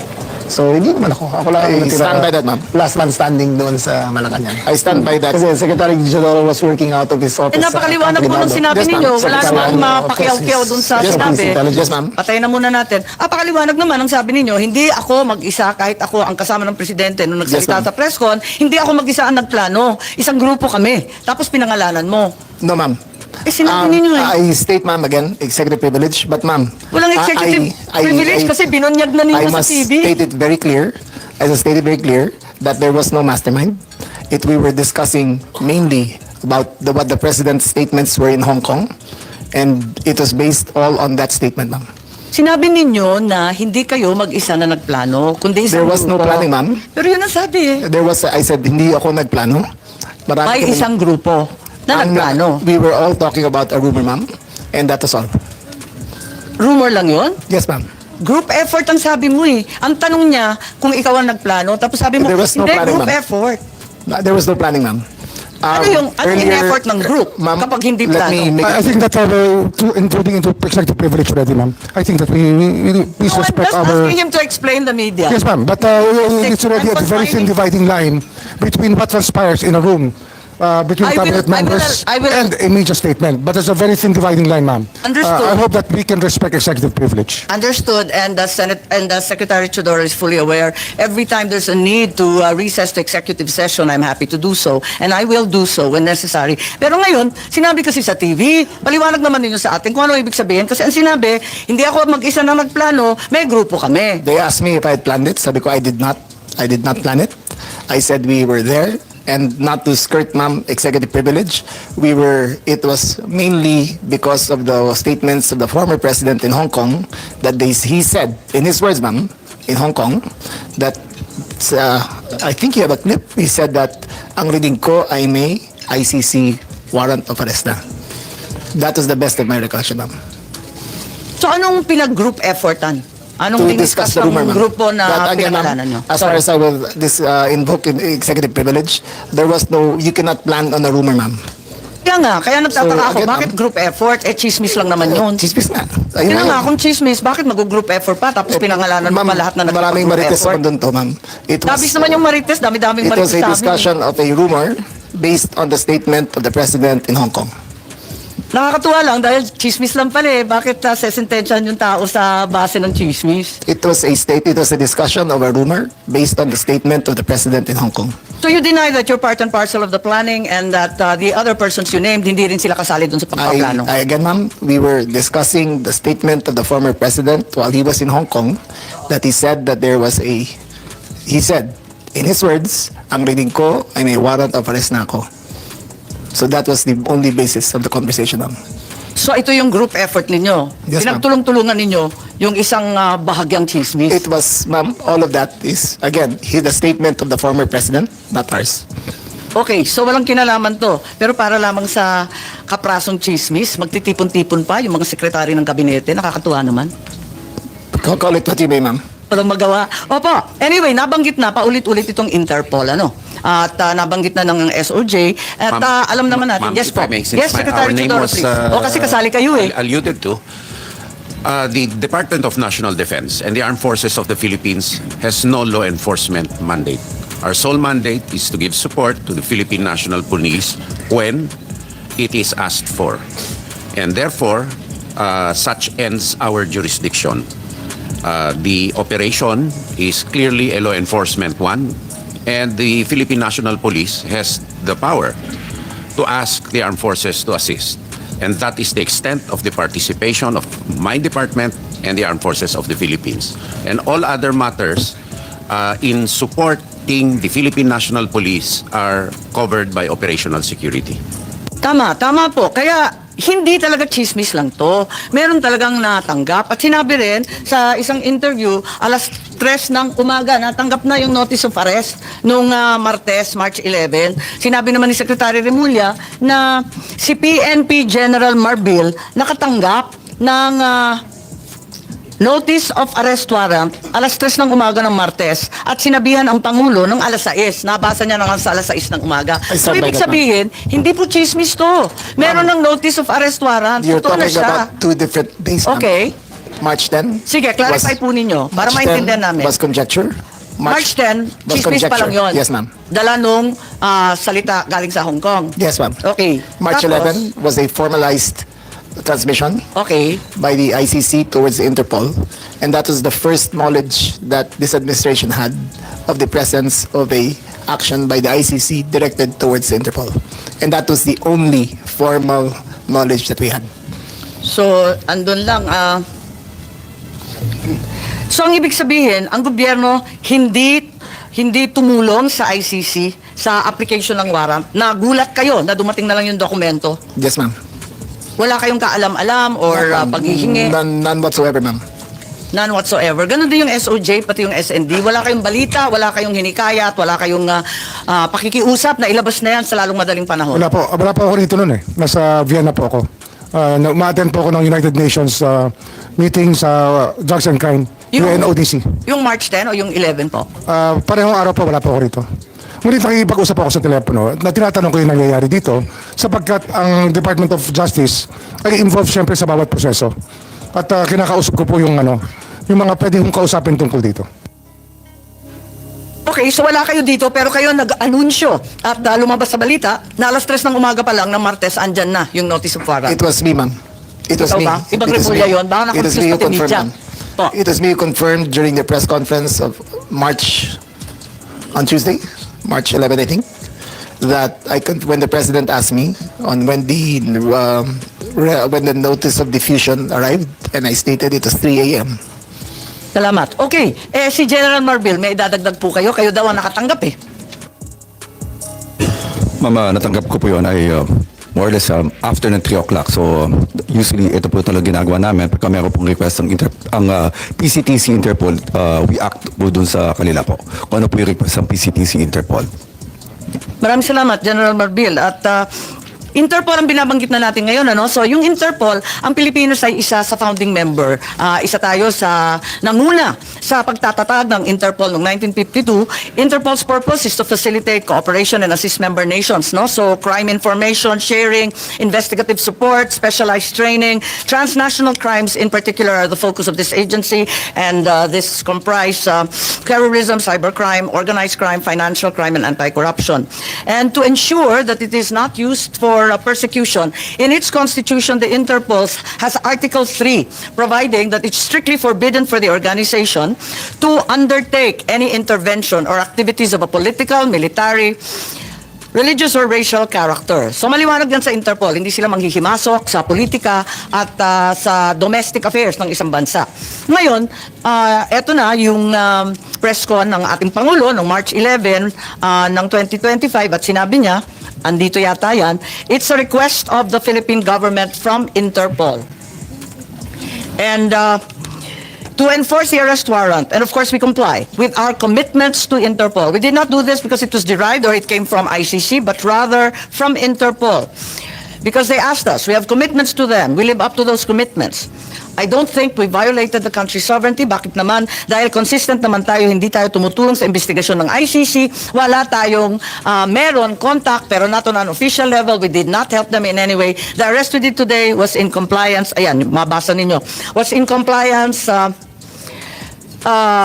with the commitment to Interpol at hindi yung ICC. Hindi natin kinakausap ang ICC, marami silang hinihingi sa atin ng mga dokumento, wala kaming binibigay. Yun lamang, hindi natin mahindian ang Interpol. So kung may duda sa ating pakikibahagi sa ICC, ang sinasabi ng Pangulo, ang ating commitment, obligasyon sa Interpol ay maliwanag at walang duda. So ang sinasabi natin, kailan ba natanggap ng gobyerno na yung ICC naglabas na ng warrant of arrest laban kay Presidente PRRD? At alas 10 nga ng umaga. Yun ang pagkakaalam ko ngayon. So, hindi, March 11. no inkling before, may marites lang. Sabi Marites lang po. Marami hong, ilang taon na po yung sinasabi na may lalabas sa warrant of arrest. Ngunit ngayon lang po talaga lumabas. March 11, alas 3 ng umaga. So hanggang sa March 11 ng alas 3, na tulad ng sinabi ni General Marbil, natanggap ninyo nung umaga, ay wala kayo ka-idea.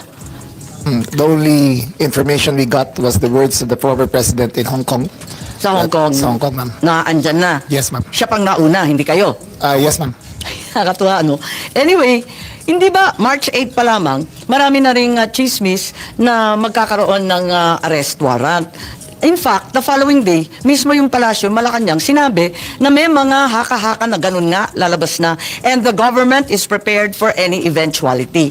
Bakit nasabi yun? Kung wala pang hawak na notice or kopya, March 8 pa lang to, nagsalita na yung Malacanang. Ibig sabihin, andun na. Ma'am, the government is prepared for any eventuality at all times. That is the nature of our job. We will always be prepared. We will always be on hand to enforce any of these laws, ma'am. So it does not mean na yung executive o yung palasyo may nalalaman tungkol sa warrant of arrest. No one knew, ma'am. Walang may alam. I repeat, ma'am, as of March. categorically, no one knew until 3 o'clock of March 11. 3 a.m. Yes, ma'am. Sa umaga. Noong March 9, ang ating USEC sa PCO sabi, if Interpol hihingi ng assistance galing sa gobyerno, tutulungan. So why was Interpol already being mentioned and being bandied about as early as March 8, March 9, kahit wala pang notice, wala pang red notice, wala miski ano? Ma'am, maybe in context, sabi ko nga, marami ho naging pagkakataon na tumulong po Interpol sa atin, kaya hindi natin nalilimutan. Isang example po dyan ay yung paghuli po kay Alice Go sa Indonesia, at marami pa ho mga ibang pagkakataon na tumulong po Interpol sa atin. Ba't alam na ng palasyo that Interpol will be involved if at that time there was no confirmation or receipt of any warrant? Bakit nagsasalita na ang palasyo, nagsasalita na yung PCO, sinasabi na huwag kayo mag-alala, handa tayo sa anumang mangyari? Bakit nagre-reassure na ang palasyo? Ano kasi yan? Parang ang mekanismo po kasi ng International Tribunal, katulad po ng ICC, ay lumapit po sa Interpol upang ipamahagi o upang iserve ang warrant kasi wala po sila sariling kapulisan ang ICC. So, Kaya alam na umaasa rin ninyo. po sila sa Interpol. Tama. So, ang executive, alam na ninyo na ang Interpol ang gagamitin. Hindi sa wala tayo. Ano po yan logical lang po yan. It's logic that Interpol will be the one used as they were the ones used in the past already. Alam naman natin na gagamitin ng Interpol, pero hindi naman laging Interpol ang ginagamit ng ICC. Hindi ko po alam yung iba. Paano natin Ang alam ko lang ho, Interpol talaga. Ang alam natin, iba-iba, di ba, sa history ng ICC. Kaya nagtataka ako, ba't ang aga-aga, March 8, alam na natin Interpol ang magbibigay ng warrant? Marahil ho kasi ang Interpol may opisina rin po sila sa sa Paris tsaka sa Hague. Kaya nag-uusap-usap po lahat yan.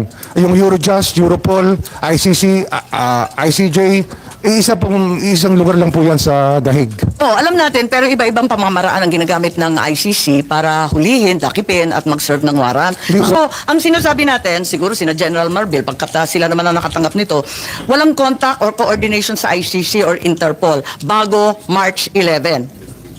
Bago March 11, yung alas 3 ng umaga, nung sinasabi po ninyo, talagang wala kayong ka-idea, walang notice, walang timbre, walang tawag, walang kaalam-alam ang Pilipinas tungkol dito. Ma'am, can I answer that, ma'am? Si General Marbil ang tinatanong po. Pwede kayo magdagdag, ma'am, ya? Ma'am, wala po kaming communication with the ICC except for the PCTC na po. We rely on the Philippine Center for Transnational Crime. Teka, so kauna-unahang pagkaalam mo tungkol dito sa warrant mula sa Interpol, nung Marso 11, ika-11 ng Marso, tama ba? Yes, Madam Chair. Sigurado kayo, ha? Yes, Madam Chair. Oo, okay. So, but you just said na it doesn't go to you directly. Sabi mo, dumadaan muna sa transnational crime. Pwede ba natin tanungin ang ating head ng transnational crime? Andito po si Executive Director Alcantara. Kayo ba ang una nakatanggap nitong galing sa Interpol? Magandang umaga po, Madam Chair. Tama po yun. Ang NCB Manila ang tumanggap po at 3 o'clock in the morning nung diffusion na sinasabi na may warrant of arrest na po ang ating dating Pangulo at yun po ang ginamit namin, pinan out namin Tapos pinadala ninyo kagad sa kapulisan. Law enforcement agencies po ang mga pinadala natin, ang National Bureau of Investigation, ang Philippine National Police, ang Bureau of Immigration, at pinadalan ko rin po ang Department of Justice. Okay.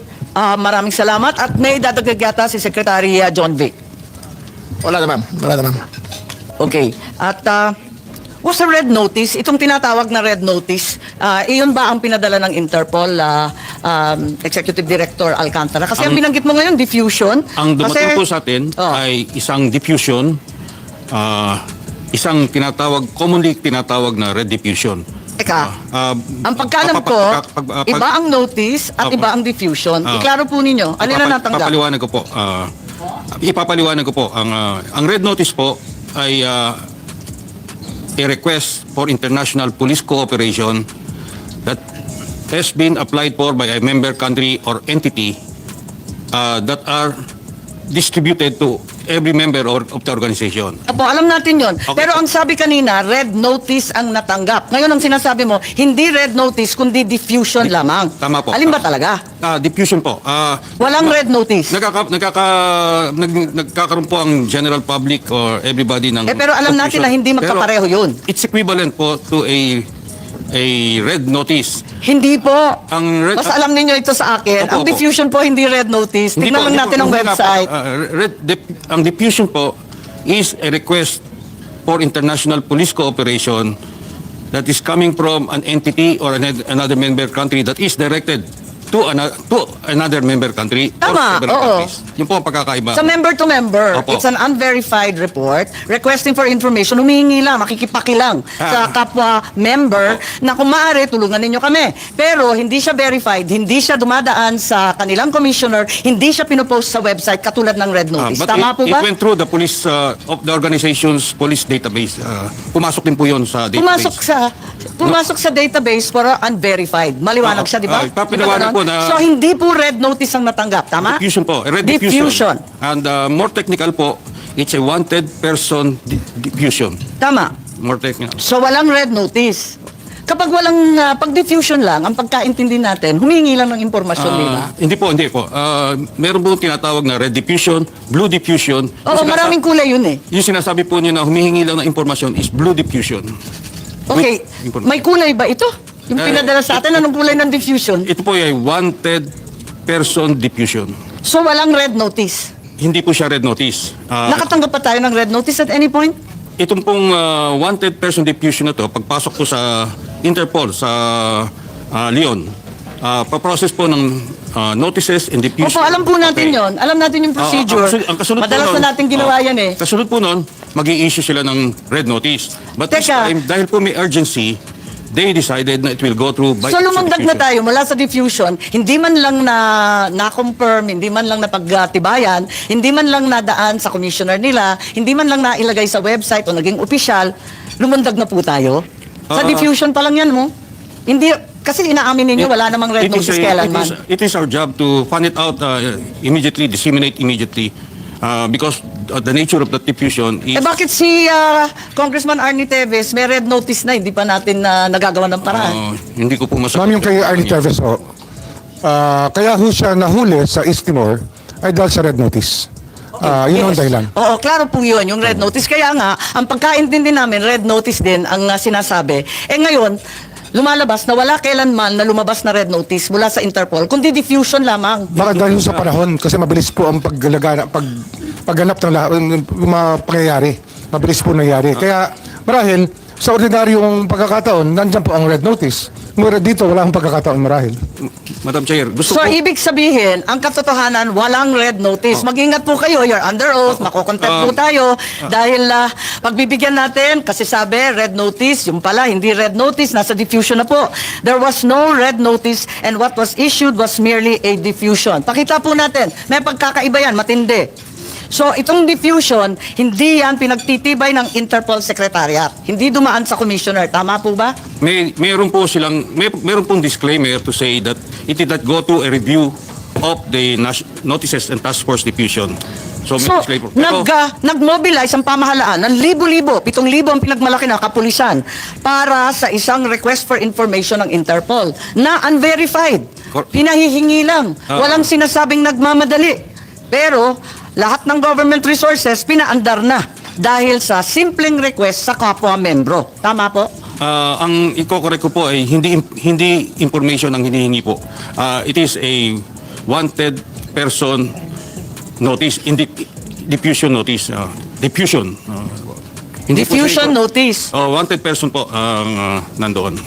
Okay, pakita natin. Medyo maliit ang letra, pero basahin natin. Pwede bang palakihin para mabasa na maigi pa?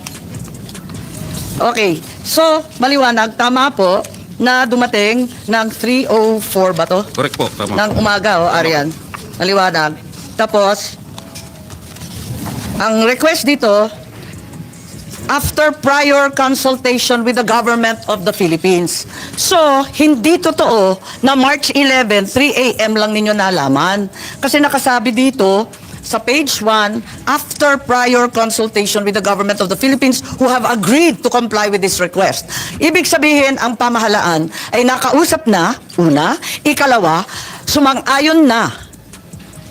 So, ibig sabihin, ito formal transmittal lang. Walang sinasabi dito na biglaan ito. Kaya nga, March 10 pa lang 7,000 ng pulis na ang minobilize eh. Bakit sinasabing ganito? Yung sinasabi po niyo na... Hindi, binabasa ko lang ito eh. Opo. Ang matatanong po natin dyan ay yung nagpadala po yung nag-apply po, ICC. Sila po naglagay niyan eh. Hindi po tayo. Ibig ko nagsisinungaling ang Interpol? Hindi po Interpol ang nagsisinungaling. Yung gumawa pero ang Interpol ang sinasabi ninyo eh. Sabi nila dito eh, itong diffusion ng Interpol pagkatapos ng konsultahan sa pamahalaan. Tapos sinasabi pa rito na hugas kamay ang Interpol at hindi pa sila gumagawa ng compliance review. Hindi pa nila naimbestigahan, hindi pa nila napapatunayan itong diffusion at kung may duda, sabihan na lang sila kasi hindi pa daw nila naaasikaso. Yun yung sinusunod nilang format, ma'am.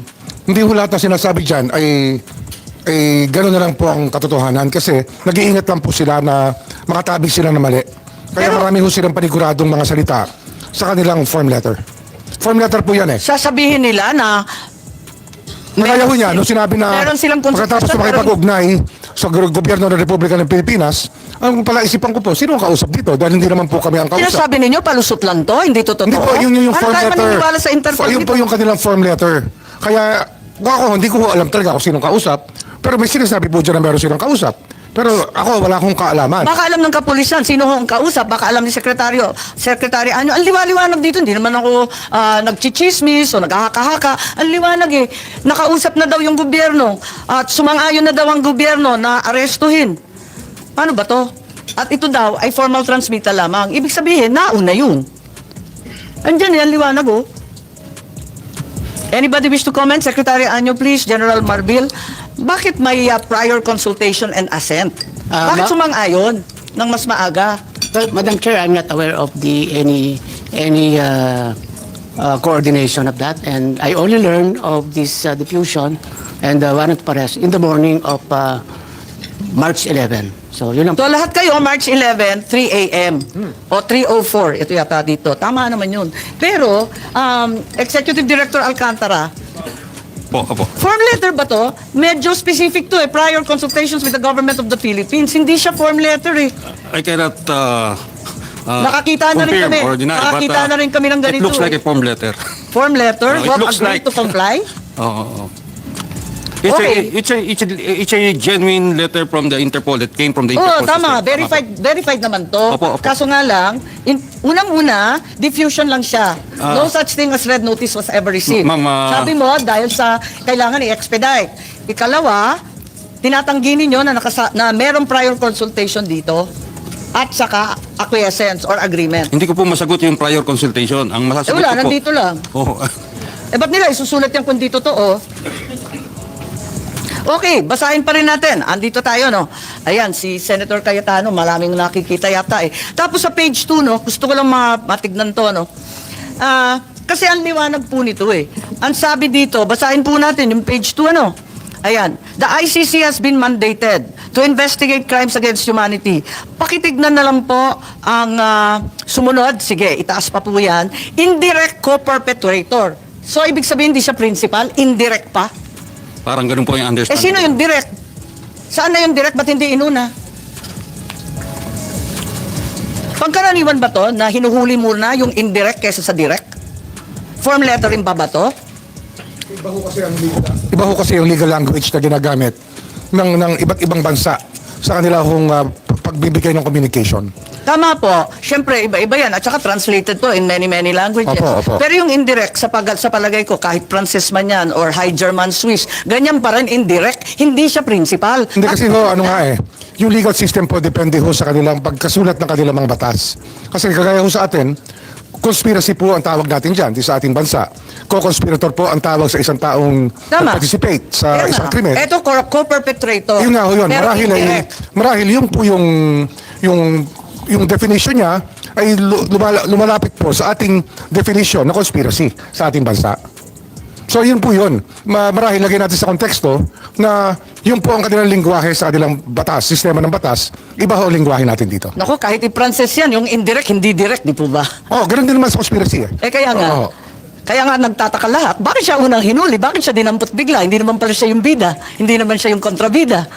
Pero sinabi ho na co-perpetrator. Tama, pero kasabwat. Sinabi ho dyan kasabwat. Okay. Ngayon, tignan natin. Action to be taken. Locate and arrest with a view to extradition. Assurances are given extradition will be sought upon arrest of the person in conformity with national laws or the applicable bilateral and multilateral treaties. Ibig sabihin, hindi yung kidnapping or yung Hindi po extraordinary... kidnapping. Wala ho nangyaring kidnapping, ma'am. Pero may extradition. Bakit Hindi, meron ho dalawang option yan eh. Ang haba ng Ang proseso. international humanitarian law gives us two options. Walang nakasulat There are two dito. options under international humanitarian law. I'm just The first talking option is about the extradition. diffusion, No, I have to explain the law, ma'am. The international humanitarian law gives us two options: extradition or surrender. And we chose the surrender path, ma'am.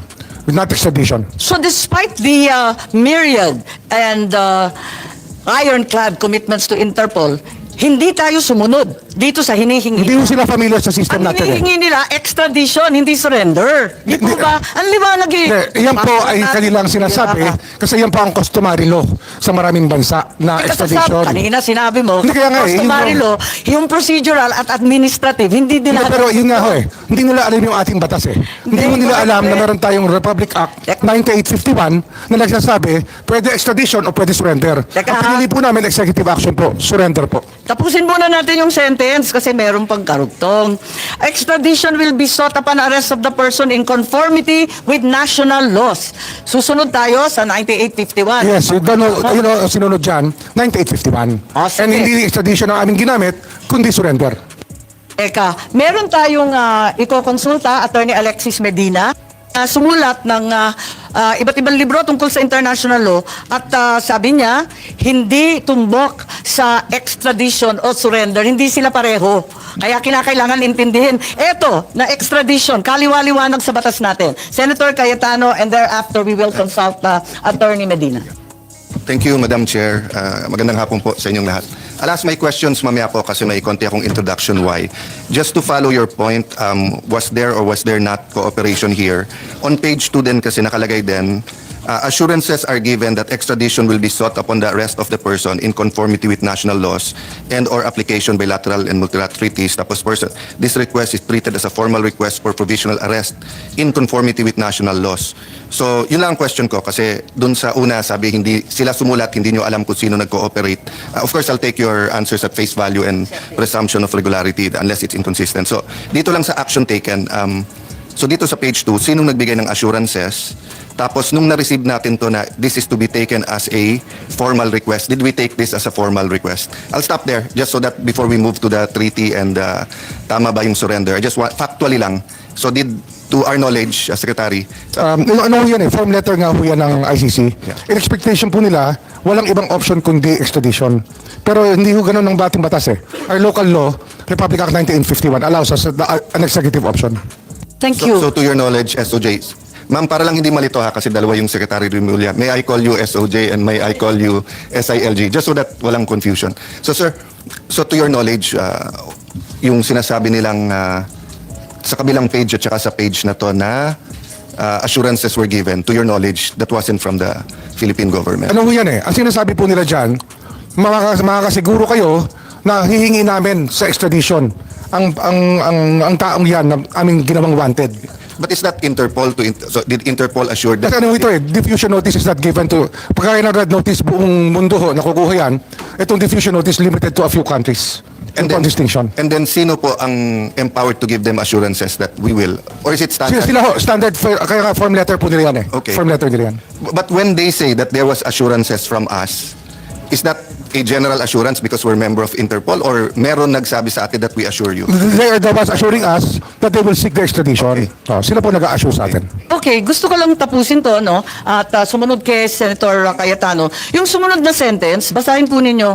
The request is to be treated as a formal request for provisional arrest.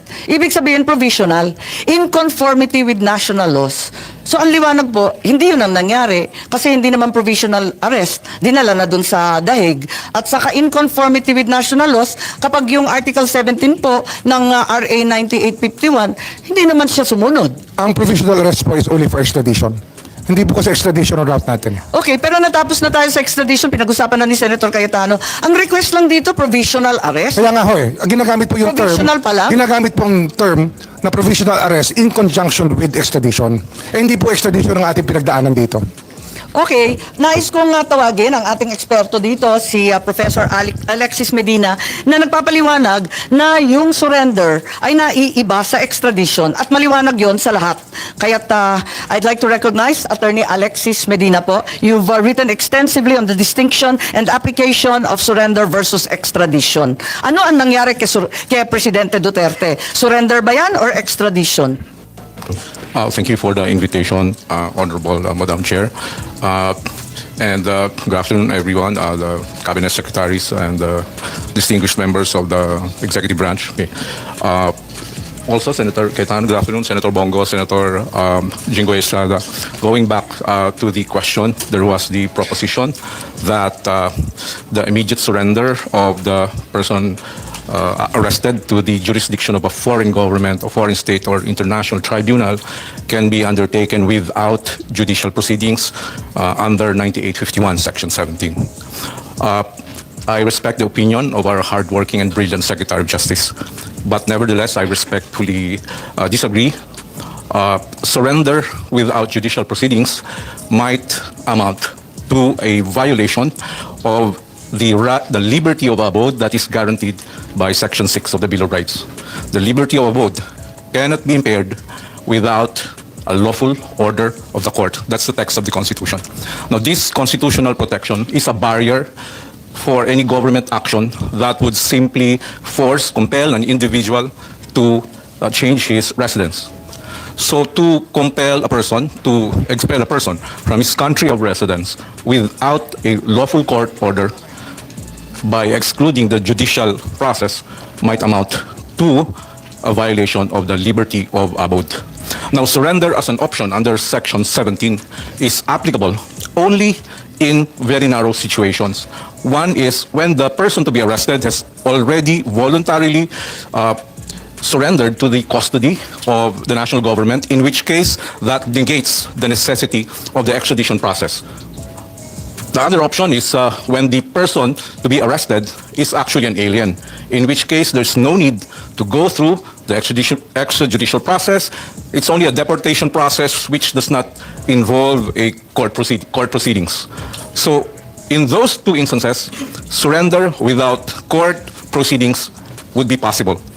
Other than those proceedings, it would be very difficult to maintain that is sanctioned by the Constitution. So ang Thank you, Your Honor. sinasabi po ninyo, dalawa lang pagkakataon na pwede mag-surrender. Kung yung mismong akusado at arestado ang nagsusumite sa pamahalaan, yun, pwede yun. Yes po. Kusa niya yun. Yes. Ikalawa, kapag banyaga, Yes po. hindi naman Pilipino, Yes po. deport, executive action yun. Yes po. Mabilis, walang kailangan na korte-korte. Yes po. So yun lang, wala na pong ibang exception, wala na pong ibang sitwasyon kung saan pwedeng surrender. Kasi pinagpipilitan na sinurrender, sinuko ang Pangulong Duterte ng pamahalaan sa Interpol. Yun ang pagkaintindi ko sa sinasabi kanina. Sinasabi ninyo, hindi po pwede yun. 2 pagkakataon lang ang po pwede isuko ang isang Pilipino. Yung isa pa nga, hindi sa Pilipino. Attorney Medina po. Yes, thank you, Madam Chair. I stand by my statement. There may be possibilities that surrender can happen in other situations, but certainly surrender of a person necessarily requires the lawful order of the court.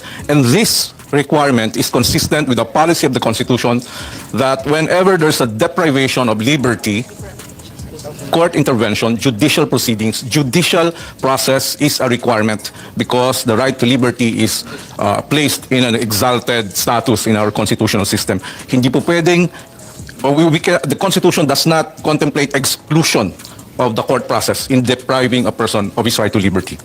Kung hindi pwedeng isuko ang isang Pilipino na hindi pumapayag, hindi naman voluntary, ang ibig mong sabihin, ang iba pang pagkakataon, extradition na. Yes, That's the only legal process to enforce surrender to the ICC. I-extradite na kapag Pilipino ka. Tama po ba? I agree, Madam Chair. Thank you. And extradition is a judicial proceedings. It involves judicial proceedings po. Okay. At maliwanag din dito, maski yung Interpol mismo, sinasaad na kinakailangan provisional arrest, extradition to be applied for in conformity with national laws. Sinasabi nga sa ating konstitusyon, sa ating Korte Suprema lamang at sa mga iba't iba pang korte. Kasama pa ba yung korte sa ICC? If I may comment, Your Honor, can I give the context for my statements? Yes, please. Yeah, okay. My apologies. I had to answer the question directly. I was invited on the basis of a post I made online, a legal opinion on the arrest of the former president. I'd like And also to, your qualifications as an international lawyer. No, I'm a teacher of constitutional law. I taught at San Sebastian College, Recoletos, Manila, the Polytechnic University of Manila, and the New Era University. I also give lectures for bar review examiners. Okay.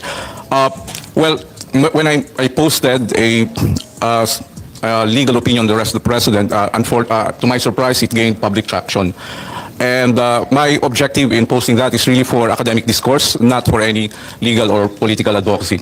I'd like to make it clear to everyone in the room, I am not here as a partisan. Okay, I am not involved in any political activity. My views that I posted are from the detached perspective of an academic. Full disclosure po, I've never met you before. Yeah, opo. I've only read you. Thank you. Thank you po. And to be honest po, 2016, I did not even vote for the former president. I was counsel for Grace Po. Okay, so Senator Grace Po. So my view that the arrest and detention and expulsion of the former president may have infringed several constitutional guarantees in favor of the former president. Thank you. Thank you very much, Madam Chair. Attorney Medina. I think Senator Cayetano has evinced his desire to Well, interpolate. full disclosure then, I'm trying to be non-partisan. I ran as an independent last election, no political party. But I did vote for the president in 2016. No? Yes. So I saw the SOJ raising his hand.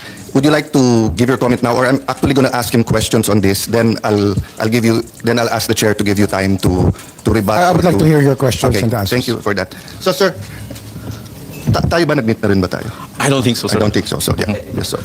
I don't mean to be rude, and I thank you for your, volunteering your opinion. Kasi nga, basically there's so much confusion. So we're trying to get through the confusion, not only for today, but also for tomorrow, to make sure that we respect our constitution and everyone's right is protected. So my first question: do we, in this room, do we all agree that if there's conflict between international law and our constitution will prevail?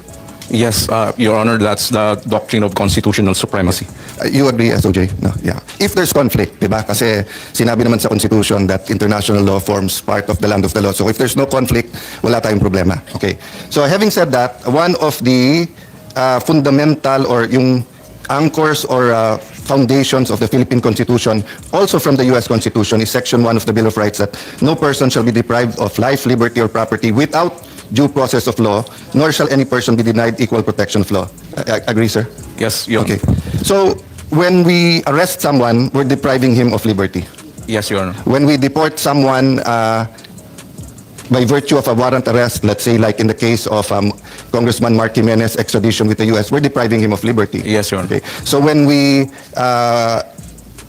I don't know, alleged lawful arrest. Let me just use it that way while we're determining of former President Duterte, and then putting him to a plane to Hague. We deprived him of liberty. Yes, Your Honor. Okay. So the next question, was he given due process? So ang sinasabi po ng government, there are two ways: extradition or surrender. Yes. Okay. And tama po ba, this law that we're invoking now was passed before we ratified yung ICC? Yes. This law was prior to the ICC, no? Judicial Notice, Republic Act 9851. 9851. No? I mentioned that because in the interpellation of, I think it was Senator Gordon and Senator Loren, and then meron din Senator Miriam, it was made clear doon na kailangan magpasan pa ng ibang legislation for the pag mag-a-arrest. Ayan, no? Senator Legarda, so even if the executive ratifies it and we concur in its ratification and we pass this proposed measure that we are contemplating now, is it not enough to implement the Rome Statute? Mali lang yung records, wrong statute nakalagay. Pero mukhang tama din na wrong talaga eh. Pero Rome Statute dapat to. Okay. Senator Gordon, yes, it is just like the VFA all over again. It is not enough, Mr. President, because there will be a mechanism upon which we would have to surrender certain nationals who have committed war crimes or violations against covered by the statute that we have not to be met. No? So meaning, if you take judicial notice of this, while we were passing this law later on, the intent of the legislature was to pass a mechanism for surrender. You can dispute that later on, sir, and look into it. I don't think we'll finish everything naman today, di ba? Some of this we really have to also consult everyone. No? But having said that, I think the point of the senators there was, klaro kasi extradition. So sa extradition, mako-comply mo yung due process sa Section 1 because you will, tama ba ako, you will be brought before a judge. Yes po. They will show you the extradition notice and the other papers like the warrant of arrest, and the person being arrested can answer before the judge. Tama Yes po ba? po. Okay. So let me go to Section 2. The right of the people to be secure in their persons, houses, papers, and effects against unreasonable searches and seizures of whatever nature and for whatever purpose shall be inviolable. No? So i-google na lang natin inviolable, but tama ba? Basically, you cannot violate this. Opo. Okay. And no search warrant or warrant of arrest shall issue except upon probable cause to be determined personally by the judge and after examination under oath or affirmation of the complainant and the witness he may produce, and particularly describing the place to be searched and the person or things to be seized. Okay. Mas bata ka ba sa akin? 1970 ako pinanganak. Matanda na po ako. So, halos magka-age tayo. Hindi po, mas matanda po ako. Mas matanda ka ng konti. Sorry, mas mukha kang bata sa akin. But, no, the point is, because medyo middle kaming pinanganak nun, I think mas ka-age ko si Gilbert, no? So, ang alam ko lang, by the time kasi I got to law school, 87, 97 ako graduate, 10 years na tong constitution na to eh. This was all a reaction to martial law, where they had different kinds of warrant of arrest, including yung ASO and whatever, which were all legal during that time. I'm not judging that time. I'm just saying, both under martial law, the former constitution, jurisprudence, going from the Spanish to the Japanese period to the American period to our independence. So in the wisdom of the Filipino people, pinasa to, na except, ang alam ko lang exception, there may be one or two, but alam ko exception yung sinabi mong deportation, because when they come in, hindi na kailangan pumunta sa judge, immigration officials can deport or arrest them, di ba? Pero otherwise, hindi pwedeng si SOJ, DILG, hindi pwedeng si Secretary, no matter how brilliant Secretary Gibo is, when he's in the military can only arrest ata their personnel, no, under certain codes, di ba? But he cannot issue a warrant of arrest. Di ba? So the safeguard of each and every Filipino sa due process is you're brought before a judge, and due process is one, yung nakalagay dito that you're informed about the nature of the words is in 12. Yan. Sa Section 12, any person under investigation for the commission of offense shall have the right to be informed of his right to remain silent and have competent and independent counsel preferably of his choice. Yan po, General Torre, yung Miranda rights na binasa mo kay former President Duterte. Tama po, no? I didn't see the whole video eh. I just heard SALG said that there's a whole video, but I only saw sa internet, pero nakita ko binasahan. Okay. Pero nakalagay dito, okay. If he cannot afford, he can be given a counsel, so may question ako later on dyan. Okay, but on Section 14, ito, in all criminal prosecution, the accused shall be presumed innocent until contrary is proved and shall enjoy the right to be heard by himself and counsel. Ito importante, to be informed of the nature and cause of the accusation against him and then to have a speedy trial, no? So meaning, the more you have to explain yung cause at yung nature kung foreign because you're not familiar with their laws compared sa laws natin. So for example, in the case of Mark Jimenez, he questioned the extradition request before a Philippine judge. I googled it, nakalagay pa nga doon. Nagrereklamo siya, mas atat pa daw yung Pilipino na extradite siya kaso sa Amerikano. I don't even know if it's true, no? But my question is, sir, so is it your proposition that if we surrender without an arrest from a Philippine judge, we're denying him due process? That's my words based on Section 1, but feel free to use your words. Thank you, Senator. Yes, I agree. Basically, the principle involved here is due process. I think a lot of commentators have already pointed out the requirement of adherence to the principle of due process. So whatever it is that the government is action is taking that would deprive a person of life, liberty, or process or property, it has to go through a certain process. It's called procedural due process. If it's crime, it's a criminal due process. It's a procedural due process requires opportunity to be heard, reasonable opportunity to be heard by and in an impartial or before an impartial tribunal. And in criminal law, both procedural and substantial due process are essential. Not only Yes, important, yes. but are essential, Yes, diba? yes, Because yeah. in let's say, other cases, kung magkamali ng konti sa procedure, it's repairable. Pero sa criminal law, na-accuse ka na mali, kambal mo pala yon or nung pinasa yung batas na yon, hindi pa pala crime, and then you weren't informed, fatal yon. So much so, that meron ng doctrine of the poisonous tree, di ba? That if yung evidence that were taken from you were illegally obtained, hindi pwedeng gamitin against you. Is my recollection of the law. You're a professor, so you continually review this. I don't continually review this, no, but I should, of course. I agree, Senator. Okay. The rule is the exclusionary rule for violation of the right against unreasonable search. I was just emphasizing how important the procedural due process is because my next question, sinabi mo nga reasonable time. Diba? So, reasonable opportunity. Reasonable opportunity, which includes reasonable time, right? Because even if you can run to court, if you give the court 3 hours, 5 hours, 10 hours, it's not for us because wala namang Supreme Court regulation or batas na nagsasabing the writ of habeas corpus has to be issued in 12 hours or 1 day or etc. Diba? So you give reasonable time. So can I just interject one question kay General Torre? So sir, when you read the Miranda rights, did you explain the nature and cause of the of the crime that he's being accused of?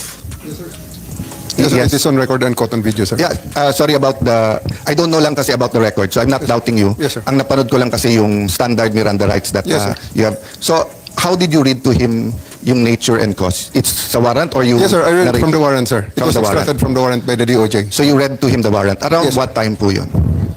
More or less. Mga around before lunchtime, sir.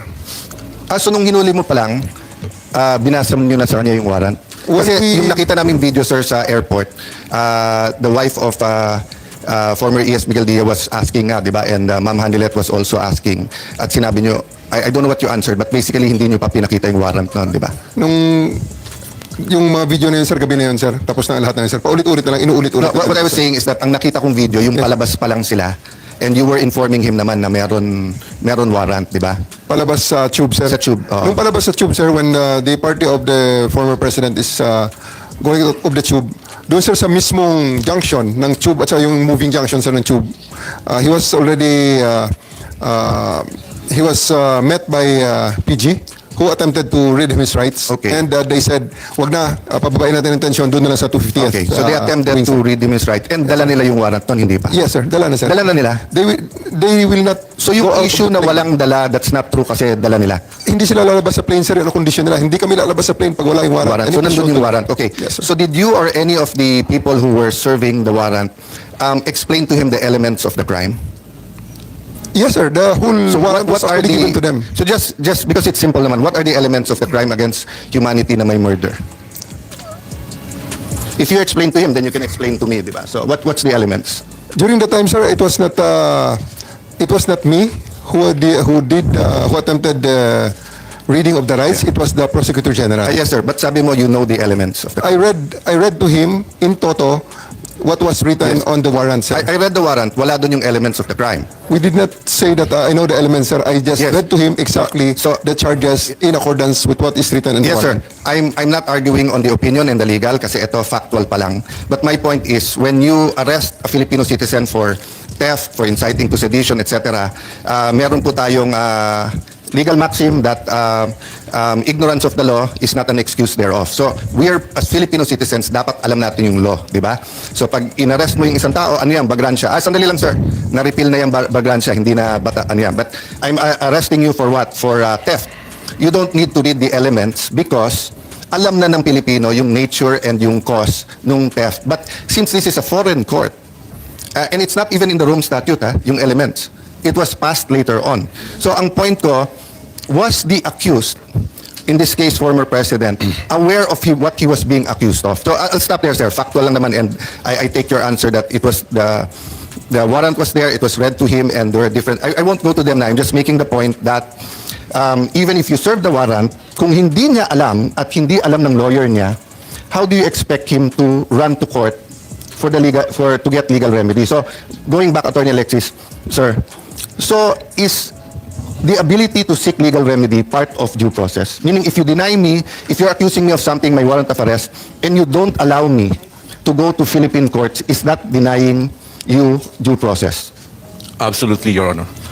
Without casting any aspersion on the character or competence of the officials involved. Yeah, I'm asking a general question. I think SOJ naman is listening, and they will answer. So, going back to surrender. So, if my foreign court ngayon, I look, I have it somewhere here, pasensya na kayo magulo. Senator Trillanes was saying in May 2024 na 3 batches of warrants to. First daw is si PRRD, after that daw, Senator Bato, Senator Bongo, etc. And then sa third batch, military and police officials. So, I agree with Senator Bongo na wala na tayong magagawa in the sense na nandiyan na si PRRD. But I disagree na hindi importante itong hearing kasi kung may second, third, fourth batch pa yung warrants, it's important. And take note tama po ba ako, during the time that the Marawi uprising or the Marawi siege, Secretary Anyo, we were still under ICC noon, no? Kasi that was, tama po, di ba, when we were in Russia. So you know, if a terrorist who survived goes to the ICC and shows them pictures of 19 women or children that were died and comes up with a witness and tells them, alam nyo, from President Duterte to Sec Anyo to the Chief of Staff to ganito, they planned this, they killed this, ganito. It may be not true, it may be totally false. So if the ICC issues a warrant here, I want to make sure that every officer of the AFP has his day in court before they're sent to Hague. So valid itong hearing na to. As I said, may emotions lang, and you know, let's excuse all of ourselves kung minsan may konting emotion, but we just want to clarify this. So yun yung context ng tanong ko, Tony Alexis, no? So kung halimbawa may warrant for whatever for Juan de la Cruz, kinuha siya based on that warrant, pero hindi siya binigyan ng enough time or enough opportunity before a Philippine judge, aren't we denying him due process? Because pagdating dun sa foreign court, as SOJ said correctly, and I agree with him, iba language, iba procedure, and everything. So isn't a Filipino citizen, doesn't he have the right under the Constitution to be judged first by Philippine law before he's brought off to a foreign country or to an international tribunal to face what their interpretation of the law is?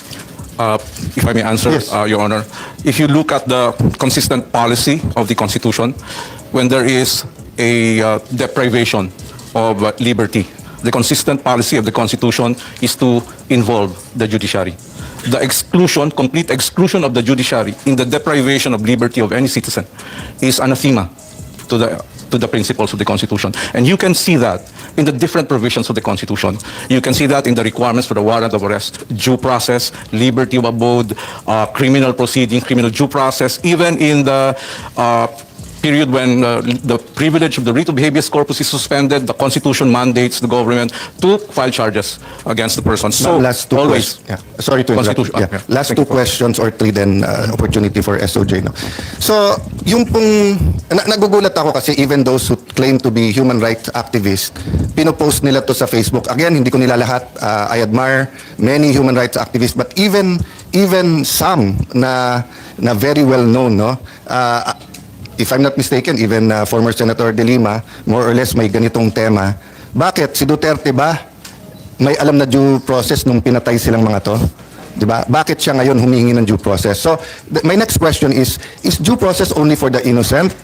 Only for the saints? Or even, first of all, President Duterte is presumed innocent. But assuming 5 times na convicted drug lord, rapist, torturer, etc., nahuli ng PNP, under our Constitution, dapat ba may due process pa rin siya? Yes, Your Honor, if you look at the text of the Constitution, there are no names that are excluded from its application. So even if a person, whether he's a private citizen or government, is accused of not giving due process, that's the beauty of the Constitution, di ba? That everyone should be given due process. So I just want to make that clear kasi nga, sabi ni Secretary De Lima, walang due process sa kanya. But if you go before that, nung iniimbestigahan pa lang niya si President Duterte when she was CHR and she was DOJ, wala naman siyang final na kaso. So sabi naman ni President Duterte, nung mayor pa lang siya, wala akong due process, sinasabi na niya na guilty ako. So nung siya naman yung naging presidente, ito naman nakulong, ang sinasabi naman niyang walang due process si Duterte. So ang point ko lang, if we as Filipinos do not demand due process for everyone, DOJ and the government is not saying that they denied, but I'm just saying, no, mali yung argument sa Facebook na pag ikaw hindi mo binigyan ng due process yung kalaban, ikaw hindi ka na pwedeng kumuha ng due process. Iba po yun. Meron doctrine sa batas that those to come to court should come with clean hands. That's a different application. Anyone can come to court asking for due process, di ba? I wanted to clear that up lang, and I ask you that, Dr. Alexis, for 2 reasons. One, attorney, because you're a constitutional law professor. Number 2, if I ask SOJ, baka ispin nung iba and they tell na meron o wala si Duterte. I'm not talking about Duterte, I'm talking about every single Filipino deserves due process. Okay. My next question is, will the Interpol, or I don't want you to make a judgment sa Interpol, no?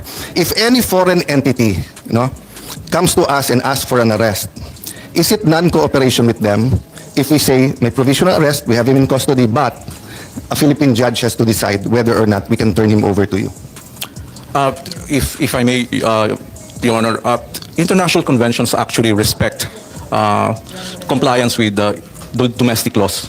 Even the Rome Statute, in the cooperation, the requirement is application of the laws of the country, of the custodial state. So it's up to the custodial state how to comply. There is no issue that we should comply with all these international obligations. That's not the dispute. The dispute is how to comply. And the manner of compliance is governed primarily, of course, by the Constitution, the highest law of the land. And that's precisely why the diffusion notice stated provisional arrest or extradition, because so this is the parallelism of what I want to make. If the ICC knows na pwedeng provisional arrest or pwedeng extradition, they give it sa Interpol, hindi naman magagalit ang Interpol kung nagbigay silang red notice at ang sagot mo sa Interpol, we have him under custody but we cannot release him to you unless a Philippine court so orders, or unless we give him enough time to seek legal remedy. Because of course, if the person doesn't seek legal remedy, para na rin yung sinurrender.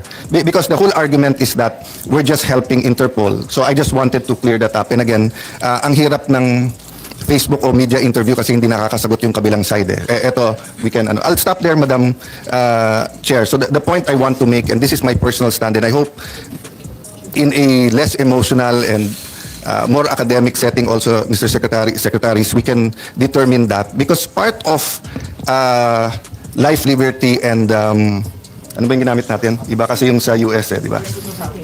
Sila may pursuit of happiness. Tayo, life, liberty, and property is the peace of mind. Di ba? The peace of mind na dito, at least sa bansa ko, siyempre hindi mo kontrolado kriminal. Diyan pumapasok, Sir Marbil, yung peace and order, assurance, etc. But at least alam ko, hindi ako pwedeng biglang arestuhin dito tapos i-try wherever, di ba? Pero kung in doubt yon, di ba? So for example, feel free to judge Senator Bato, but I made the same statement as the Senate President that if he's in the Senate, even if beyond 6 years yung kakasuhan sa kanya, kung hindi pa nagde-decide ang Supreme Court what constitutes surrender, etc., and he seeks legal remedy, we should give, under reasonable circumstances, sanctuary to him. We did that sa Batasan 5. I mean, I've never be pro, hindi ko na alam kung anong word ang gagamitin kasi baka sabihin red tagging, di ba? But the progressive left or whatever, di ba?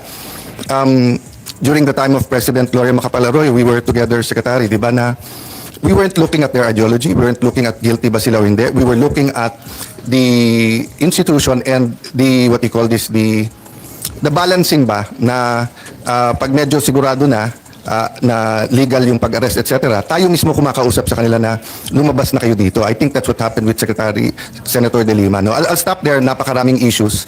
Mamaya pa na factual ang tanong ko. But, Madam Chair, if we can give the DOJ the opportunity to respond. Thank you very much, Attorney. If you allow me, thank you very much, Attorney Medina. Thank you very much, Senator Cayetano. Before we go back to Secretary Remulla, if you will allow me, I have someone online, and given the difference in time, I'd appreciate inviting her. We'd like to recognize the Vice President, Sara Duterte, please, online. Given the difference in time. Yes, maraming salamat. At kung pwedeng ipaliwanag lamang ng ating Vice Presidente kung bakit sinasabi ninyo na kidnapping or extraordinary rendition ang sinasabi. At gusto rin natin malaman yung tungkol sa warrant. Kayo na lang ang mag-umpisa. Salamat. Opo, Senator Amy, may I be allowed to read the statement? Yes, please. Please do so. Okay, thank you. Opo. Mga kababayan, on March 11, 2025, former President Rodrigo Roa Duterte was forcibly taken by the Philippine National Police upon his arrival at the Ninoy Aquino International Airport. He was brought to Villamor Air Base, a military air base, detained for nearly 12 hours, and then flown out of the country on a private jet to The Hague, all allegedly because of a warrant issued by the International Criminal Court. This was patently an illegal arrest. This constitutes extraordinary rendition. A Filipino citizen, a former president, was taken into custody without a valid warrant issued by a Philippine court, without due process, and without any legal basis under our laws. The Constitution is clear. Section 2, Article 3 of our Constitution explicitly states, the right of the people to be secure in their persons, houses, papers, and effects against unreasonable searches and seizures of whatever nature or for any purpose shall be inviolable, and no search warrant or warrant of arrest shall issue except upon probable cause to be determined personally by the judge after examination under oath or affirmation of the complainant and the witnesses he may produce, and particularly describing the place to be searched and the persons or things to be seized. This means that for an arrest to be lawful, it must be carried out pursuant to a warrant issued by a Filipino judge of a Philippine court. Nasaan po ang warrant of arrest na inisyu ng hukuman ng Pilipinas? Wala. Without a valid warrant from a Philippine court, this was at best a warrantless arrest. Under the rules of court, warrantless arrests are only permitted in 3 instances: in flagrante delicto, hot pursuit, and escaped prisoner. None of these circumstances applied to the case of the former president. So, what was the legal basis of his arrest? The authorities acted solely on an ICC warrant, a document that has no legal effect in the Philippines unless reviewed and validated by a Philippine court. In fact, even assuming without conceding that the government itself wished to recognize and enforce the ICC's warrant, it still violated the Rome Statute itself. Even by ICC standards, the former president should have been brought before a Philippine judge to determine the validity of his arrest before it was handed over to a foreign court. Under Article 59 of the Rome Statute, a state party which has received a request for arrest and surrender shall immediately take steps to arrest the person in question in accordance with its laws and the provisions of Part 9, and shall bring that person before the competent judicial authority in that state. Yan ang sinasabi ko paulit-ulit nung nasa labas ako ng gate ng Villamor Air Base. And why was this not done? If they claim to abide by international law and standards, then why did they conveniently choose to ignore this provision? The fact remains that we are no longer a state party to the Rome Statute. We are no longer a member of the ICC. In fact, in a letter dated December 15, 2023, the President himself wrote to me, with respect to your concerns, legal or otherwise, on the investigation to be conducted by the International Criminal Court into the previous administration's war on drugs, I remain steadfast in my resolve that the jurisdiction of the ICC over the Republic of the Philippines after the effectivity of its withdrawal therefrom is very much in question. To this end, this government will not assist the ICC in any way, shape, or form. So if the government itself has declared non-cooperation with the ICC, why did the PNP violate this very policy and enforce a foreign warrant? Even granting for the sake of argument that we have some duty to cooperate with either the ICC or Interpol, does that duty override the fundamental rights of every Filipino enshrined in our Constitution? What happened on March 11, 2025 is not just about one man.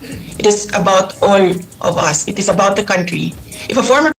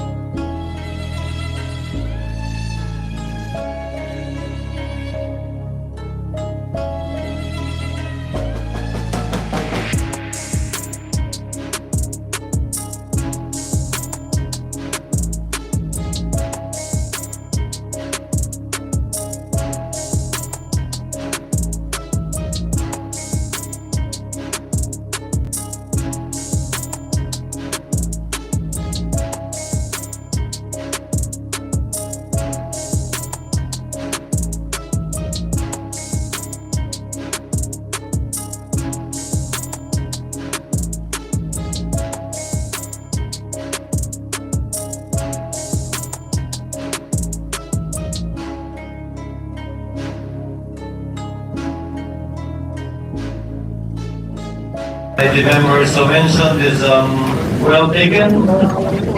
Chair now again reiterates its ruling. The chair will suspend the session until 6 p.m. This evening in order to afford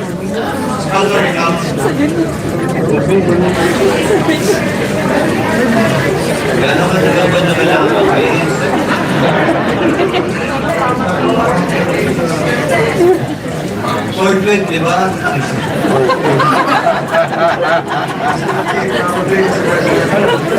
President Senator De La Rosa is Senator De La Rosa was earlier raising his hand but gave way to Senators Villanueva and Cayetano. What is the pleasure of the Honorable De La Rosa, sir? Thank you, Mr. President. Mr. President, according to Senator Cayetano, ito'y labanan ng mga abogado. Hindi po ako abogado, Mr. President, but I just would like to manifest my observation na to be fair to the Senate President, pag sinabi natin na you have an intention to delay the impeachment proceedings, I would like to state for the record, Mr. President, na 1 month ago pa, pinagawan mo na kami ng robe, Mr. President. Kasi excited na tayo na sumuot ng robe para sa to form the impeachment court. To be fair with you, Mr. President, you've been preparing for that. And yung schedule natin na naka-schedule sa Wednesday, which is 11, if we give the ruling today, whether ano ba talagang gusto natin, today or Wednesday, I support you, Mr. President, kung anong gusto natin schedule. Sana mapag-usapan natin ngayon. Hindi ako abogado, pero ako ay isang Pilipino na gusto sana na hindi na tayo magkakagulo sa Pilipinas. Hindi tayo magkawatak-watak. At yung mga nagyayabang dyan, na sabi nila, gusto daw ng taong bayan na ito ay talagang magkakaroon na kagad ng impeachment, taong bayan ang ginagamit. I don't know kung sino taong bayan yung sasabi nila. Because alam ko, Mr. President,